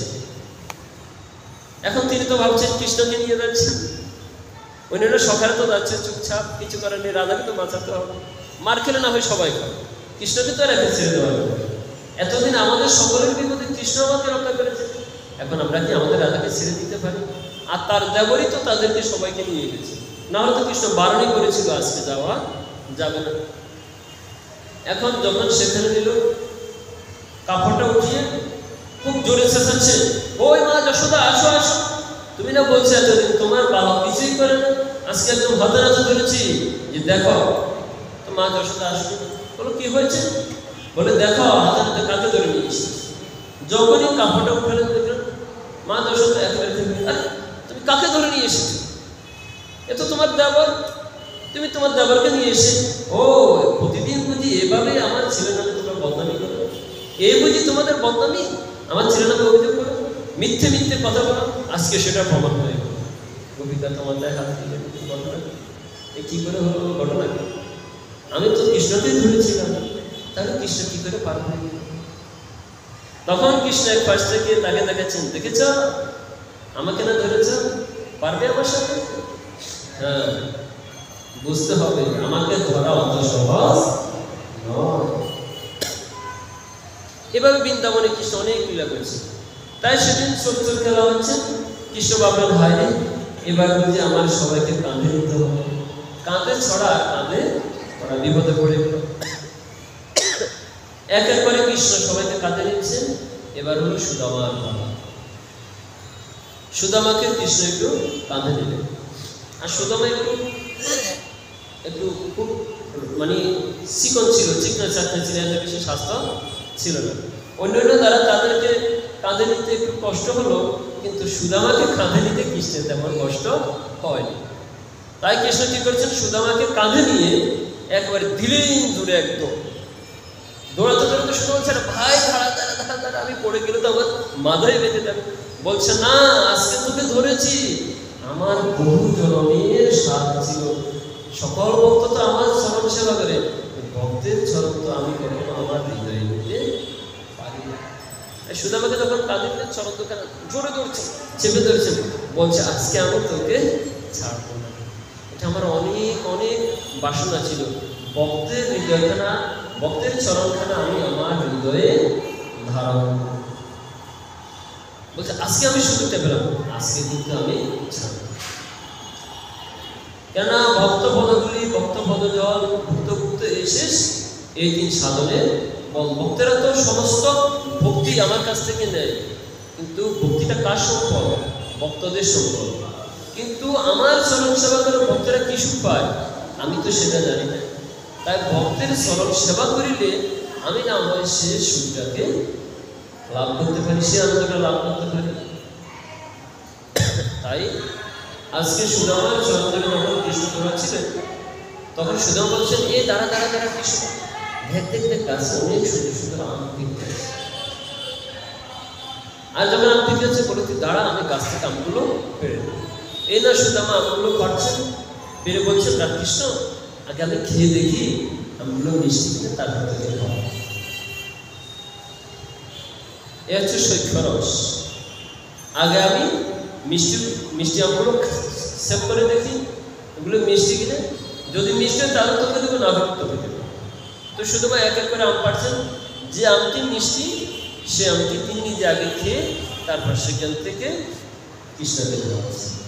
বাহ, বলি যে অনাদিরাদি গোবিন্দের প্রসাদ পাওয়ার জন্য দেবাদিদেব মহাদেব পাগল হয়ে গেল, মা দুর্গা দেবী পাগল হয়ে গেল, জগতের সকলে ভগবানের অধর্মিতা পাওয়ার জন্য বাসনা করে সে অনাদিরাদি গোবিন্দ আজ বৃন্দাবনে সুদামায়ের মুখে একটু প্রসাদ গ্রহণ করছে। আর যখনই গ্রহণ করছে সুদামা বলছে, এ কৃষ্ণ তোর একটু আমাকে দে, আমাকে দে। বলছে কেন? বলে তোর একটু এত মিঠো লাগে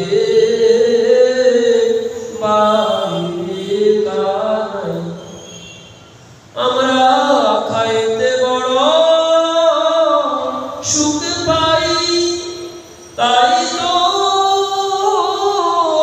এটো খাই, খাইতে বড় সুখ পাই, তাই তো এটো খাই, তোর এটো এত মিঠো লাগে বাইরে কানাই। এটোটা খেতে এত মিঠো লাগে কেন? আমরা খাই, এমনিতে খাই, আমাদের কাছে তো স্বাদ লাগে না, এত ভালো লাগে, কিন্তু তোর মুখ থেকে যখন আমরা খাই তখনই আমাদের এত মিঠো লাগে, যেটা আর বলে ভাষায় বর্ণনা করা যায়। এভাবে বৃন্দাবনে অহরহ লীলা ভগবান তার সাথে সাথে করছেন। তাই বলছেন সমর হইতু, তিনি উন্নত উজ্জ্বল রস সমর্পণ করেছেন কলির জীবের জন্য, তাই তো? তাই বলছেন সমর হইতু উন্নত উজ্জ্বল রস। মহাপ্রভু আমাদের জন্য কি নিয়ে এসেছেন? রস নিয়ে এসেছেন। সে রসটা কেমন? উন্নত এবং উজ্জ্বল রস। রস কিভাবে উন্নত হলো, কিভাবে উজ্জ্বল হলো, কেমন উন্নত রস? তাই শাস্ত্রকার এখানে খুব সুন্দর ব্যাখ্যা দিয়েছেন, রসটা কি করে উন্নত হলো। তো সে উন্নত রসটা কি? নিখিল শাস্ত্রে বলা হচ্ছে, ভগবানের সাথে ভক্তের সম্পর্ক হয় কয় প্রকার? 5 প্রকার। একটা হলো শান্ত, দাস্য, সখ্য, বাৎসল্য এবং মধু। এই পাঁচটি রসের মধ্যে কোনটি উন্নত সেটা আমাদেরকে আগে জানতে হবে। শান্ত রসে ভক্ত শান্তভাবে ভগবানকে সেবা করে। তিনি প্রভু জগদীশ্বর, তিনি ব্রহ্ম নিরাকার। যারা ব্রহ্মবাদীকে উপাসনা করে তারা হচ্ছে শান্ত রস। তারা চুপচাপ দেখবেন দুই চোখ বন্ধ করে ভগবানকে ধ্যান করে, নিরিবিলিতে নির্জন স্থানে গিয়ে ভগবানের ধ্যান করে। সাধারণত জনকোলাহলের মধ্যে থাকে বসে তারা সেখানে ধ্যান করেন, কারোর সাথে কোনো কথা বলেন না। এ হচ্ছে শান্ত। দাস্য কেমন? দাস্য রস হচ্ছে তিনি প্রভু, আমি তার দাস। তাই এই দাস্য ভগবানের সাথে দাস এবং প্রভুর সম্বন্ধ। এই যে সম্বন্ধ, এই সম্বন্ধের মধ্যে শান্ত রসটাও যুক্ত। সখ্য, সখা রস। সখ্য রসে ভগবান কি করেন? তাহার সাথে বন্ধুত্ব সম্পর্ক সৃষ্টি। যেমন বন্ধুত্ব সম্পর্ক আমরা দেখি, সেখানে কৃষ্ণ সুদামা কৃষ্ণের মুখে উচ্ছিষ্ট খাচ্ছে। এক বন্ধু আরেক বন্ধু থেকে কেড়ে নিয়ে সেটা আস্বাদন করে। কিন্তু দাস্য রসে সেটা কখনোই সম্ভব। আমরা যারা ভগবানের সেবা করি, আমরা কোন স্তরের সেবাটা করি? দাস্য রসে। এই জগতের সকল বেশিরভাগ ভক্তই ভগবানকে দাস্যরূপে সেবা করে। আমরা কখনো কোনো একটা বস্তু ভালো কি খারাপ সেটা কখনো বড় করে কি ভগবানকে দিই?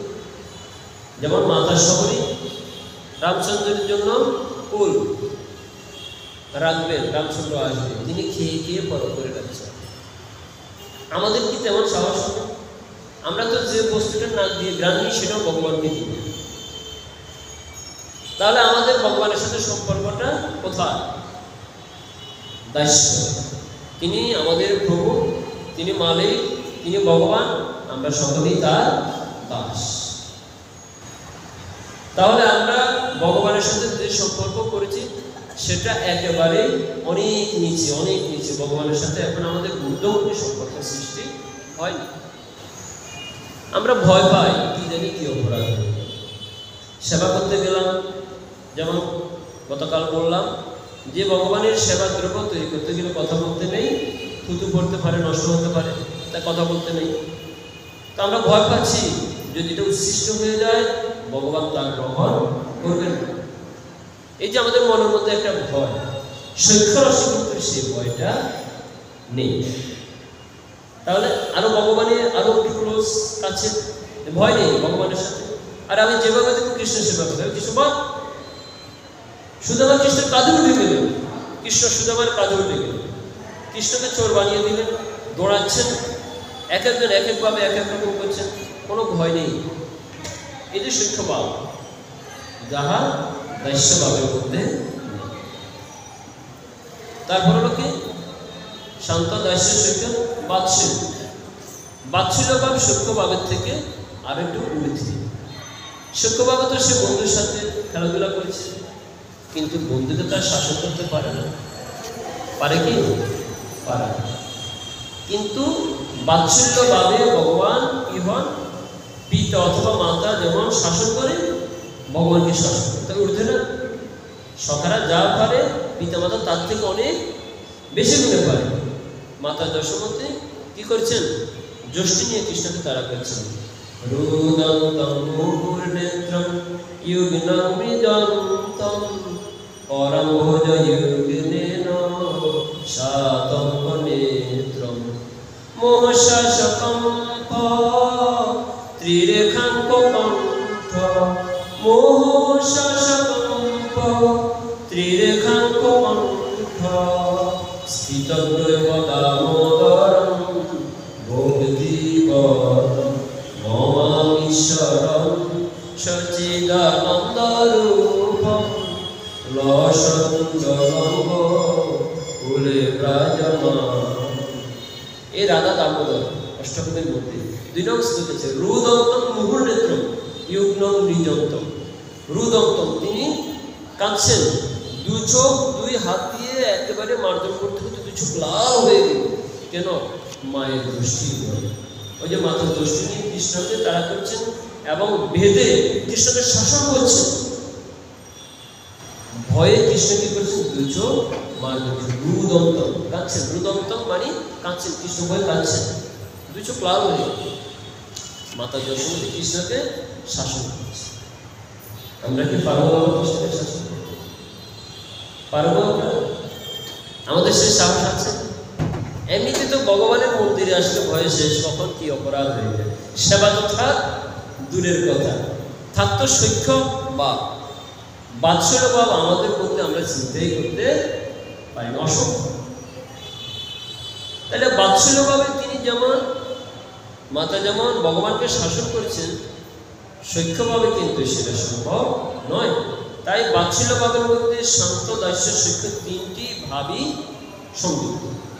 তিনি ইচ্ছা করলে কৃষ্ণকে আদর করতে পারেন, ইচ্ছা করলে বন্ধুর মতো করতে পারেন, ইচ্ছা করলে ভগবানের মতো তিনি সেবাও দিতে পারেন, ইচ্ছা করলে শাসনও করতে পারেন। তাই বাৎসল্য ভাবের মধ্যে নিচের যে তিনটি ভাব, সেই তিনটি ভাব সংযুক্ত। আর মধুর ভাব তার থেকে আরো বেশি উন্নত। মধুর ভাবে পারেন তিনি সেবা করতেন, মধুর ভাবে পারেন তিনি তাকে শাসন করতেন, মধুর ভাবে পারেন তিনি তার সাথে সম্পর্ক বিচ্ছিন্ন। আচ্ছা, সন্তান যতই খারাপ হোক, পিতা মাতা কি কখনো সন্তানের সাথে বিচ্ছিন্নতা ভাব আনতে পারেন? পারেন। সন্তান যতই খারাপ হোক, পিতা মাতা কখনো সন্তানকে ত্যাগ করতে, সন্তান যতই খারাপ কথা তিনি করেছেন, কিন্তু মনে মনে সন্তানের প্রতি ভালোবাসা। পিতামাতা সন্তানকে কখনো ত্যাগ করতে পারে, কিন্তু মধুর ভাব তা হয় যাহা বাৎসল্য ভাবে সম্ভব নয়। মধুর ভাবে যাহা সম্ভব, বাৎসল্য ভাব তাহা সম্ভব নয়। মধুর ভাবে যে সেবা, বাৎসল্য ভাব তাহা কখনো চিন্তাই করতে পারে।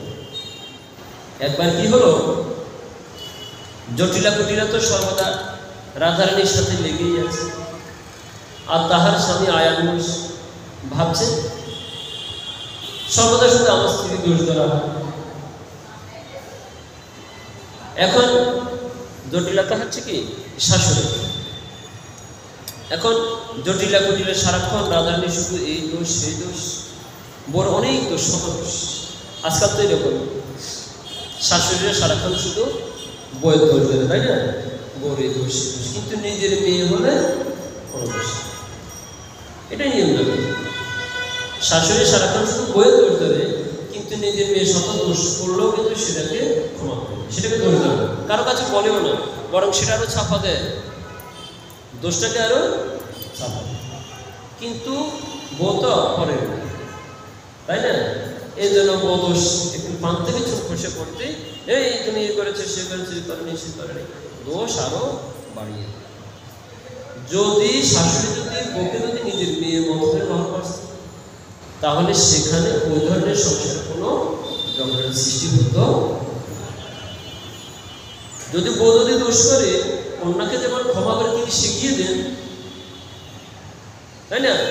নিজের কন্যাকে দোষ করলে যেমন শিখিয়ে দেন, দোষটাকে অন্যের কাছে প্রকাশ করেন না, ঠিক বউর ক্ষেত্রে যদি শাশুড়ি তেমনটা করতেন, তাহলে বউ শিক্ষা পেত কখনো শাশুড়ির সাথে এ ধরনের আচরণ করতো না।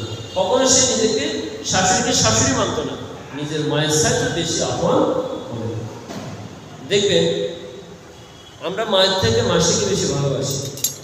কেন? মাসি মায়ের থেকে বেশি ভালোবাসে। মা দোষ দেখে শাসন করে, মাসি দোষও দেখে না, শাসন করে না, দোষ দেখলেও নিজে করে, তাই না? তাই বলা হয় মায়ের থেকে মাসির দরদ বেশি। তো শাশুড়ি যদি সেরকম মাসির মতো, মা তো শাসন করে, শাশুড়ি যদি মাসির মতো, তাহলে বোধহয় জগতের কোনো বই শাশুড়িকে শাশুড়ি রূপে দেখতো না, নিজের মায়ের চাইতে বেশি ভালোবাসত। কিন্তু আমাদের শাশুড়ি মায়েরা বউকে নিজের মেয়ের মতো কখনো দেখতে পারে। এরকম তো সবাই তা না, এরকম আছে অনেক শাশুড়ি মাতা আছে বউকে নিজের মেয়ের থেকেও বেশি ভালোবাসে। ঠিক তেমনি বউয়ের কাছ থেকে তিনি তেমন ভালোবাসাও পান।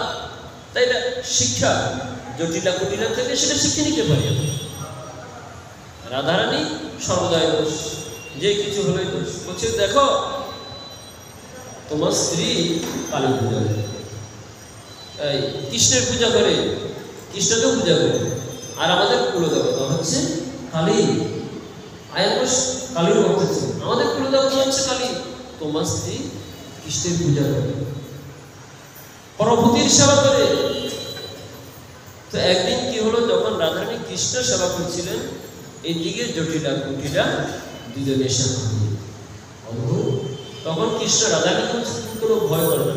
কৃষ্ণ কি করলেন, কালীর উদ্ধার করলেন। যখন কালীর উদ্ধার করলেন, জটিলা কুটিলা আয়ান ঘোষকে দেখো দেখো দেখো কার সেবা করছে। আয়ান ঘোষকে যখন আমরা দেখো, আয়ান সত্যি তো কালীর সেবা করছে। জটিলা কুটিলা তখন কিন্তু আয়ান ঘোষের কাছে নিতেছে, স্ত্রীকে আর কখন খারাপ দেখাতে পারবে না। সে কৃষ্ণই কালী উদ্ধার করে। এর অর্থ কি কৃষ্ণই কালী না কালী কৃষ্ণ? কে কৃষ্ণ? কি কালী নাকি কালী কৃষ্ণ? না, কালী কখনো কৃষ্ণ হতে পারে না, কিন্তু কৃষ্ণ কালী হতে পারে। আরেকদিন কি হলো, রাধারানী প্রতিদিন ভগবান শ্রীকৃষ্ণের জন্য জল আনার ভান করে কৃষ্ণ দর্শনে দেন। কৃষ্ণ দর্শনে দেন কি করে? জল আনার ভান করে যমুনাতে।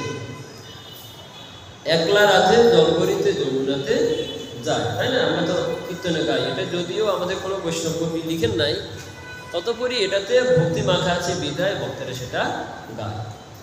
এখন রাধারানী যাচ্ছেন যমুনাতে কলসি কাকে নিয়ে জল আনতে। উদ্দেশ্য কিন্তু শুধু জল আনা, উদ্দেশ্য হলো কৃষ্ণকে দর্শন। তো একদিন তিনি কি করলেন, কাপড়ের আঁচলে করে কৃষ্ণের জন্য আসলে প্রাণবন্ধুকে দর্শন করতে দেবেন। কিছু না কিছু তো সেবা দিতে হবে, খালি হাতে তো যাওয়া যাবে না। এখানে কৃষ্ণ দর্শন কখনো খালি হাতে করতে নেই। তো কৃষ্ণের জন্য একদম কাপড়ের আঁচলে করে বেঁধে লাগিয়ে দিয়েছে কৃষ্ণকে খাওয়া।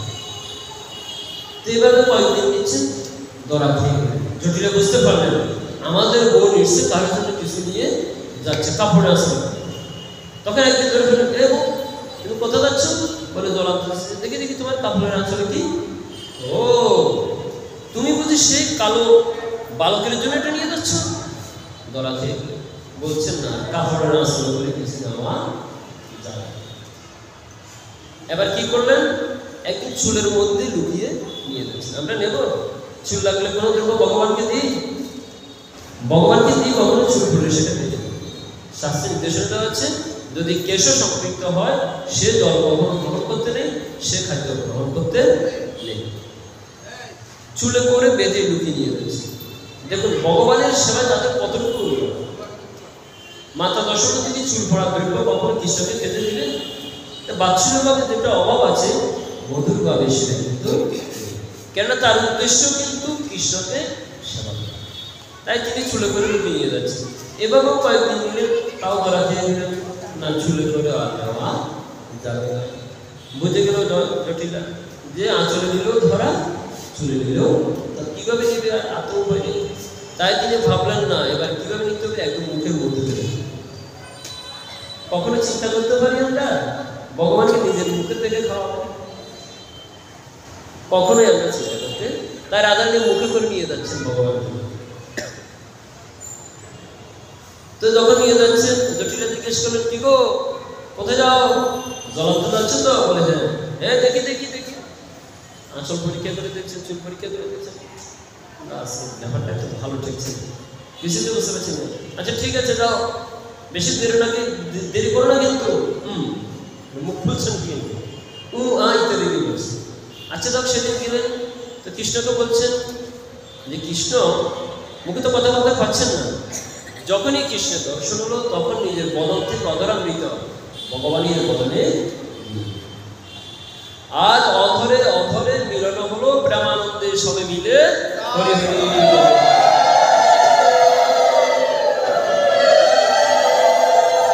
আজকে রাধারানী তার অধর থেকে মুখ থেকে কৃষ্ণকে মুখে খাওয়াচ্ছে। চিন্তা করতে পারেন কখন রাধারানীর মতো এরকম সেবা জগতে কেউ সাহস করে করবে? বৃন্দাবনের ব্রত গভীরা পর্যন্ত সে সেবা কখনো চিন্তা করে নাই, যেটা রাধারানী কৃষ্ণ সেবার জন্য করেছে। এজন্য ভগবান বলছেন, সকল গোপিকাগণের মধ্যে আমি রাধা হচ্ছে আমার সবচেয়ে বেশি প্রিয়। কেন? কেন রাধার মতো ভগবানের সেবা জগতে কেউ জানে না। তাই দেখুন এই তিনটি সেবার মধ্যে এই যে পাঁচটি ভগবানের সাথে সম্পর্ক, এই পাঁচটি সম্পর্কের মধ্যে সবচেয়ে উন্নত সেবা কোনটি? মধুর ভাবের সেবা। তাহলে আমরা উন্নত উজ্জ্বল সে রস তিনি কি করেছেন? জগতের জীবের জন্য নিয়ে এসেছেন। আর ভগবান শ্রীকৃষ্ণ কি করলেন? সে উন্নত উজ্জ্বল অর্থাৎ মধুর যে ভাবটা, মধুর ভাবের যে ভক্তিটা তিনি কি করেছেন? এই কলির জীবের জন্য নিয়ে এসেছেন। যেহেতু উন্নত উজ্জ্বল রস, উন্নত উজ্জ্বল রস, তাহলে কি হবে? শান্ত দস্যের সৈক্য বাৎসল্য আর হচ্ছে না। উন্নত রসটা হচ্ছে কি? মধুর ভাবের যে রসটা, সে মধুর ভাবের রসটা তিনি আমাদের কলির জীবের জন্য নিয়ে এসেছেন। উন্নত উজ্জ্বল রসম স্বভক্তি শ্রিয়ম, স নিজের সে ভক্তিটা। কোন ভক্তি? কৃষ্ণের কি ভক্তি আছে? কৃষ্ণের কোনো ভক্তি বলে কিছু? ভক্তি কার সম্ভব? ভক্তি হলো ভক্তের। ভগবান কখনো ভক্তিকে আস্বাদন করতে পারে না। বৃক্ষ কি কখনো তার নিজের ফল আস্বাদন করে? গাভী কি কখনো তার নিজ দুগ্ধ পান করে? নদী কি কখনো তার নিজ জল পান করে? করে না। গাভীগণ নাহি কি তরুগণ নাহি খায় নিজ নিজ ফল, গাভী করু নাহি করে নিজ দুগ্ধ পান। তাহলে যার সম্পদ সে কিন্তু সেটা ভোগ করতে পারে। সে ফল ভোগ করে কারা? যারা ভক্ত। তাই ভক্তি ভগবানের সম্পদ, কিন্তু তিনি সেটা ভোগ করতে পারেন না। তিনি সেটা রস কিরকম তাও তিনি জানেন। তাহলে এই রসটা আস্বাদন করে কে? ভক্তের। ভগবানকে ভালোবেসে সে রস আস্বাদন। তাই স্বভক্তি শ্রিয়ম, স্ব নিজের ভক্তিটাকে তিনি শ্রিয়ম এ কলির জীবের জন্য নিয়ে এসেছেন। কত সময় তোমার হরি পুরোটা সুন্দর দুতি কতম্ব সন্দীপী। হরি, এই হরি, হরিটাকে অনাদিরাদি তাকে হরি বলা হয় কেন? কেন তিনি হরণ করেন। কি হরণ করেন? তিনি সকল জীবের হৃদয়ের কলস বাসনা সব হরণ করে নিয়ে যান। শুধু তাই নয়, তিনি সকলের মনটাকেও হরণ করে নিয়ে যান। তাই তো তিনি চোর। তিনি চোর। তিনি শুধু নবনীত চুরি করেন না, তিনি ভক্তের মনটাকেও চুরি করেন। কিন্তু তিনি সকলের মনটাকে চুরি করেন। দেখুন, এই যে আমরা বলি কাম কৃষ্ণ কর্মার্পণে ক্রোধ ভক্ত দেশিজনে লোভ সাধু সঙ্গ হইল, মোহ ইষ্ট লাভবিনে মদ কৃষ্ণ গুণগানে নিযুক্ত করিব যথা তথা। এই যে কথাটি বলা হচ্ছে, তো আমাদের যে ইন্দ্রিয়গুলো, ইন্দ্রিয় সকল অপেক্ষা মন বড়। তো এই মনটাকে যদি আমরা কৃষ্ণের চরণে দিয়ে দিই তাহলে কি হবে? এই মনটাকে যদি আমরা কৃষ্ণকে দিয়ে দিই তাহলে কৃষ্ণ কি করবে? সেটাকে রক্ষা করবে। মনটার এদিক সেদিক দৌড়াবে। মনটাকে কৃষ্ণের চরণে কিভাবে দেব? না, মন তো আর কৃষ্ণ, আমি তার মনটাকে বের করে দিতে পারছি না। এই মনটাকে সর্বদা কৃষ্ণ চিন্তায় ডুবিয়ে রাখি। যতক্ষণ পর্যন্ত আমি কৃষ্ণ নাম করবো, কৃষ্ণ চিন্তা করব, কৃষ্ণ গুণগান লীলা আমি স্মরণ করব, ততক্ষণ মনটা আমার কৃষ্ণ চরণেই থাকবে। তাই কৃষ্ণ বলছেন, তুমি কিচ্ছু দিও না আমাকে, শুধু তোমার মনটা আমাকে। যদি তুমি আমাকে মনটা দিতে পারো, তোমার কোনো ভয় নেই। তোমার মনটাকে আমি আমার নিয়ন্ত্রণে রাখবো, তাহলে তোমার মন কখনো আর বিপথে যাবে না, তোমারও নষ্ট হওয়ার কোনো ভয় থাকবে না। স্বভক্তি শ্রিয়ম হরি পুরট সুন্দর, পুরট সুন্দর দুটি। পুরট, পুরট শব্দের অর্থ হলো স্বর্ণ। পুরট শব্দের অর্থ হলো স্বর্ণ। পুরট সুন্দর দুটি, স্বর্ণের মতো সুন্দর। দুটি শব্দের অর্থ হলো আলো, উজ্জ্বল, প্রভা। হরি পুরট সুন্দর দুটি কদম্ব সন্দীপী। কদম্ব শব্দের অর্থ হলো গুহা। কদম্ব শব্দের অর্থ কি? গুহা। সংস্কৃত শব্দ তো, অর্থগুলো আমাদের কাছে একটু নতুন হতে পারে। কদম্ব শব্দের অর্থ হলো, তাহলে এখানে গুহার কথা কেন বলা হচ্ছে? বলছেন গহীন বনে যে গুহা থাকে, সে গুহার মধ্যে হস্তিগণ লুকিয়ে থাকে। যারা হস্তি তারা গহীন বনে গুহার মধ্যে, একদম ভিতরের গুহার মধ্যে লুকিয়ে থাকে। কেন? কেননা সিংহের কিন্তু হাতির মাথার যে মগজটা থাকে, মগজটা কিন্তু খুবই প্রিয়। সিংহের প্রিয় খাদ্যবস্তু করতে হচ্ছে হাতির মগজ, অত্যন্ত প্রিয়। তাই সিংহ কি করে, হাতিকে মেরে তার মাথাটাকে ভেঙে সেখান থেকে মগজটাকে পান। এটা সিংহের অত্যন্ত প্রিয়। তো সেই হাতিগণ কি করে, সিংহ থেকে রক্ষা পাওয়ার জন্য গহীন গুহার মধ্যে গিয়ে লুকিয়ে থাকে। তো বাঘ কি করে, সিংহ কি করে, সে গহীন গুহার মধ্যে গিয়ে প্রবেশ করে হাতিদেরকে ধরে হত্যা করেও সেখান থেকে হাতিদেরকে তিনি মেরে তার মগজটাকে খাওয়ার চেষ্টা করে। অনেক সময় অন্ধকার ঘরের মধ্যে সিংহ দেখতে পায়, তথাপি সিংহ কি করে, সাহস করে সেই গুহার মধ্যে প্রবেশ করে হাতিদেরকে আক্রমণ করে। তো কদম্ব সন্দীপিত সদার হৃদয় অন্দরে। তো ভগবান শ্রীহরি কি করেন, হাতিগণ যেরকম সিংহ থেকে রক্ষা পাওয়ার জন্য মত্ত একেবারে গভীর গুহার মধ্যে প্রবেশ করে থাকে, তো আমাদের হৃদয় অন্দরে, হৃদয়ের গুহায়, সেখানে সর্বদা কি হয়, ওই যে আমাদের স্বরনিরূপণ সর্বদা বিরাজ করে। তো ভগবান শ্রীকৃষ্ণ তিনি হরি রূপ ধারণ করে, অর্থাৎ সেই সিংহ, সেই হরি সিংহ, মহাপ্রভুকে বলা হচ্ছে কি সিংহ, সিংহগ্রীব, সিংহ রূপ ধারণ করে তিনি কি করলেন, কলিযুগে সিংহ লগ্নে মহাপ্রভু আবির্ভূত হলেন। সেই হরি সিংহ ভগবান শ্রীহরি সেই সিংহরূপ ধারণ করে তিনি আমাদের হৃদয় অন্তরে প্রবেশ করে, সিংহের মতো প্রবেশ করে কি করেন, আমাদের হৃদয়ে যাবৎ জীবনে যে সমস্ত কালিমা দুষ্কৃতি আছে সেটাকে ভেঙে ছিন্ন ভিন্ন করে দিয়ে সদা হৃদয় অন্তরে স্ফুরত আমাদের হৃদয় অন্তরে থেকে ভক্তির জাগরণ ঘটে। ছিল রূপ গোস্বামী তার শ্লোকটিতে কত বড় তত্ত্ব এখানে দিয়েছে। তাই সেই শ্রীহরি সিংহরূপ ধারণ করে যেমন আমাদের হৃদয়ের সকল কালিমাকে দূরীভূত করে আমাদের হৃদয়ে তিনি ভক্তির জাগরণ ঘটান। তো এসপরতু বয়স হচ্ছে নন্দন, সেই সচিনন্দন গৌরী সদা যেন আমাদের হৃদয় অন্তরে জাগ্রত থাকে। তাই সেই সচিনন্দন গৌরী যতক্ষণ আমার হৃদয়ে থাকবে ততক্ষণ আমার হৃদয়ে কখনো কালিমা থাকতে পারে না। এই জন্য বৈষ্ণব বলছেন, গাও পুন পুন গোরাঙ্গে রগুণ সরল প্রিয়া ওগো এ বাবা সংসারে এমন দয়াল না দেখি হে একজন গো, না দেখি একজন, আমি এমন দয়া আর দেখি না। আমার শচীর নন্দন গোরা চাঁদের মতো আমি এমন দয়া আর দেখি নাই। বলে পাষাণ বলে গলে যেত আমার মন পাষাণ বললো না রে, বলে পাষাণ বলে গলে যেত।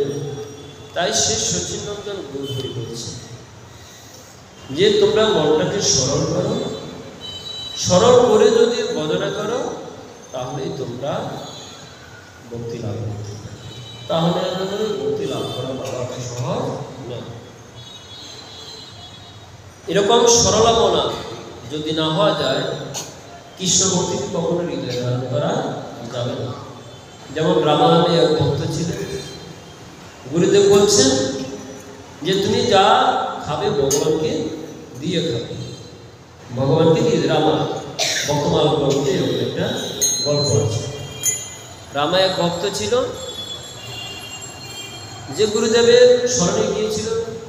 গুরুদেব বলছে, আচ্ছা ঠিক আছে, তুই যেহেতু বদন শিখতে এসেছিস একটা কাজ কর, তুই তো অনেকদিন ধরে এই মন্দিরে সেবার কাজ করছিস, আমি একটু কিছুদিনের জন্য বাহিরে যাব, তোর আমার তোকে দায়িত্ব দিয়ে যাচ্ছি, তুই মন্দিরের সেবাটা করবি, মন্দিরের সেবাটা করিস। রামা একেবারে সরল মনে ছিল, সে সরলভাবে একেবারে যাহাই বলতে গুরুদেব তাহাই বিশ্বাস। আমাদের তো এখন গুরুদেবের কথায় কি হয়, গুরুদেবের কথা আমাদের বিশ্বাস নেই।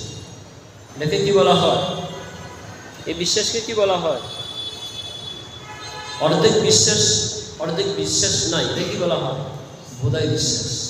নোয়াখালী ভাষা বলা হয় বোধাই বিশ্বাস, অর্থাৎ বিশ্বাস করলাম আবার করলাম, একটু একটু করলাম একটু একটু। আমাদের গুরুদেবের চরণে বিশ্বাস নেই, একটু থেকে একটু ব্যস্ত হলে আমরা গুরুদেবের কথা বিশ্বাস করতে পারি না। ওই যে কাজের দিকে এক ভক্ত মারা গিয়েছে, তো গুরুদেব বললেন যে দেখ ভক্ত দেহ রেখেছে, 10 দিনে তার অসুস্থ করবে, 11 দিনের দিন শ্রাদ্ধ। কেউ শুনতে রাজি নেই, তার যারা গুরুদেবের শিষ্য তারা মানবে, তার আত্মীয় স্বজন কেউ মানবে। গুরুদেবের কথা বলতে বলো, উনি যদি 10 দিনের জন্য অসুস্থ পালন করে, আমাদের কেউ মারা গেলে আমরা আবার কি করে 30 দিন অসুস্থ পালন করবো? একবার 10 দিনে আবার 30 দিন, এটা কি করে সম্ভব? তাই যে ব্যক্তি মারা গেল তার ছেলেরা 10 দিন অসুস্থ করে 11 দিন বসে শ্রাদ্ধ করবে, আর আত্মীয় স্বজন সবাই 30 দিন অসুস্থ পালন করবে। বুঝতে পারেন কত মহা মূর্খের দল। আমাদের মনে কোনো সরলতা নেই, সবটা কুটিলতা। আর যেখানে গুরুদেব আমাকে বলেছেন যে 10 দিন অসুস্থ গেলে সবার অসুস্থ গেলে, আরে বাবা অসুস্থ পালন করবো কার জন্য? মৃত ব্যক্তির জন্যই তো, যে মারা গেছে তার জন্যই তো, নাকি নাকি ছেলেদের জন্য অসুস্থ পালন করবে কি? মৃত ব্যক্তির জন্য, মৃত ব্যক্তির পিত্তার্থ, দেহকে শুদ্ধ করার জন্য সে ভবিষ্যৎ খাবে, দেহটাকে শুচি রাখবে, যেন 11 দিবসে শুদ্ধভাবে পিতা কর্মটা করতে পারে। এই জন্যই তো ভবিষ্যৎ গ্রহণ করা হবে, না তো যেমন তেমন খেতে হতো। মরা ব্যক্তি মরে গেছে তার জন্য আর এত অসুখ পালনের দরকারটা, এত ভবিষ্যতে খাওয়ার দরকারটা না, ভবিষ্যতে কেন গ্রহণ করা হবে সেটারও তো তত্ত্বটা বুঝতে হবে। আমরা তখন দুঃখে শেষ, একজন মারা গেলে নিরামিষ খেতে খেতে খেতে খেতে জিভটা স্বাদ নষ্ট হয়ে গেছে, কত কষ্ট। আরে এক মরা মরতে না মরতে আরেক মরা মরবে, নিরামিষ সারা বসে জীবনটাই অতিষ্ঠ হয়ে যায়, নাকি জীবনটা অতিষ্ঠ হয়ে যায় নিরামিষ খেতে, কত আর খাবো। কিন্তু বাবা এটা তো নিরামিষ খাওয়ানো, আপনারা এত কষ্ট করে নিরামিষ খাবেন কেন? শাস্ত্র বলছে ভবিষ্যৎ গ্রহণ করবে কি? যার পিতা এবং মাতা মারা গেল। তো আর বাদ বাকি আপনারা কেন খাচ্ছেন নিরামিষ? আপনারা কেন নিরামিষটা খাবেন? কেন? দরকারটা কি? আপনারা বলতে পারেন এটার কোনো যুক্তিকতা আছে? বাদ বাকি জ্ঞাত গোষ্ঠীরা কেন নিরামিষ খাবে? নিরামিষ খাওয়ার দরকারটা কি? যার বাবা মারা গেল মা মারা গেল সে তো খাবে নাকি? আর বাদ বাকি আত্মীয় স্বজন কেন খাবে না? খাওয়ার পিছনে যুক্তি আছে। অর্থাৎ এতদিন আমরা সবাই প্রাণী হত্যা করছি, কি করছি? প্রাণী হত্যা করছি, যা ইচ্ছা তা খাচ্ছি। কিন্তু আমার আত্মীয়কে মারা গিয়েছে, এখন তার কল্যাণের জন্য, তার মঙ্গলের জন্য আমরা সকল প্রকার হিংসা পরিত্যাগ করিয়েছি। কি করেছি? হিংসা পরিত্যাগ করেছি। তাই আমরা এই মুহূর্তে শুধুমাত্র তার মঙ্গলের জন্য, যে কদিন সে এখানে থাকবে, অবস্থান করবে, আমার পিতৃগুলো না দেওয়া পর্যন্ত তার কল্যাণের জন্য আমরা কি করবো? সকল প্রকার হিংসা ভুলে গিয়ে অনাদিরাদি গোবিন্দের স্মরণে থাকবো এবং তাহার জন্য ভগবানের নাম করব, এই নাম তাহার জন্য ভগবানের পিতাকে অর্পণ। আমাদের তো নিরামিষ খাইতে কষ্ট হয়, মরা ব্যক্তির জন্য নিরামিষ খাওয়া কত কষ্ট থাকতো, তার ভালোর জন্য চিন্তা, আমরা তার ভালো চিন্তাই করি না। শুধু কিভাবে নিরামিষটা, কিভাবে সময়টা আমাদের পার হবে এই চিন্তাই আমরা। কেমন আত্মীয় আমাদের, আপনি জীবিত থাকতে এই আত্মীয় স্বজন জন্য কত কিছু না করেছেন, আর সে আত্মীয় আপনার জন্য একটু আপনার মঙ্গলের জন্য কর্ম করবে, তার সেটা সহ্য হয় না। তাহলে আপনি কার জন্য করে দেবেন? মৃত্যুর আগে এই আত্মীয় স্বজনের জন্য কিছু করে কোনো লাভ নেই।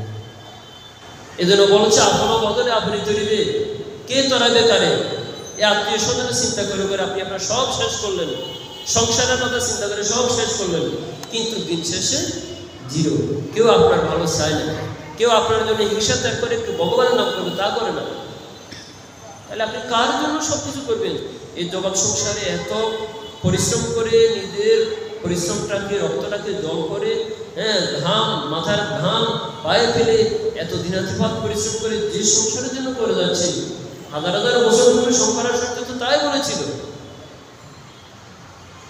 শঙ্করাচার্য তো তাই বলেছিল, এই সংসার হচ্ছে মায়া, যাহা করছি তা মায়ার জন্য করছি, নিজের জন্য কিছুই করা হচ্ছে। তাই নয় কি? যে চাপাল গোপাল কুষ্ঠরোগ হয়েছে, তার স্ত্রী তাকে আগে রূপোর গ্লাসে জল দিত, এখন নারিকেলের মালা করে দেবো, বলে রূপোর গ্লাসে তুমি যদি খাও, যদি ছোঁয়াচে হয়, আমাদের যদি কুষ্ঠরোগ হয়, তাই তোমাকে সঙ্গে রূপোর গ্লাসে আর দেওয়া যাবে, নারিকেলের মালা দেওয়া। তাও নারিকেলের মালার জল সে গ্রহণ করতে পারল। সময় কি আছে? দিয়ে দেব। তো এই যে অবস্থা আমাদের, তো নিখিল শাস্ত্র আমাদেরকে কি শিক্ষা দিচ্ছে? না, দেখুন, বলতে গেলে অনেক কথাই আছে, তত্ত্বগুলো তো আমাদেরকে জানতে হবে। একজন মানুষ মারা গেলে যে আমরা নিরামিষ খাই, কি জন্য খাই সেটাও বুঝতে হবে। যদি না বুঝি, নিরামিষ খাওয়ার প্রতি আমাদের ভালোবাসাটা আসবে না, খেলায় খেলায় খাওয়া হবে। আমাদের সনাতন ধর্মের প্রত্যেকটা বিষয়ের যুক্তি আছে, প্রত্যেকটা বিষয়ের তত্ত্ব আছে, তত্ত্ব ব্যতীত কোনো কিছু দেওয়া হয়নি। সব কিছুর অবশ্যই যুক্তি আছে, তত্ত্ব আছে, অতএব তত্ত্ব ব্যতীত কোনো কিছুই দেওয়া হয়। অতএব শুধু বক্তবৃন্দ, আজকে যা আমরা আলোচনা করেছি সেখান থেকে যতটুকু আপনাদের জীবনে গ্রহণ করার মতো প্রয়োজন হয় আপনারা সেটা গ্রহণ করবেন। আর যদি কোনো কিছু অশাস্ত্রীয় বলে মনে হয়, আপনারা তা মলমূত্রের মধ্যে ত্যাগ করবেন।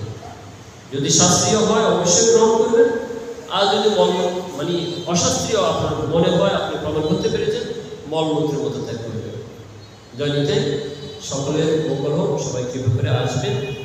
এই দামোদর মাসে ভাগবতামৃত শ্রবণ করবেন।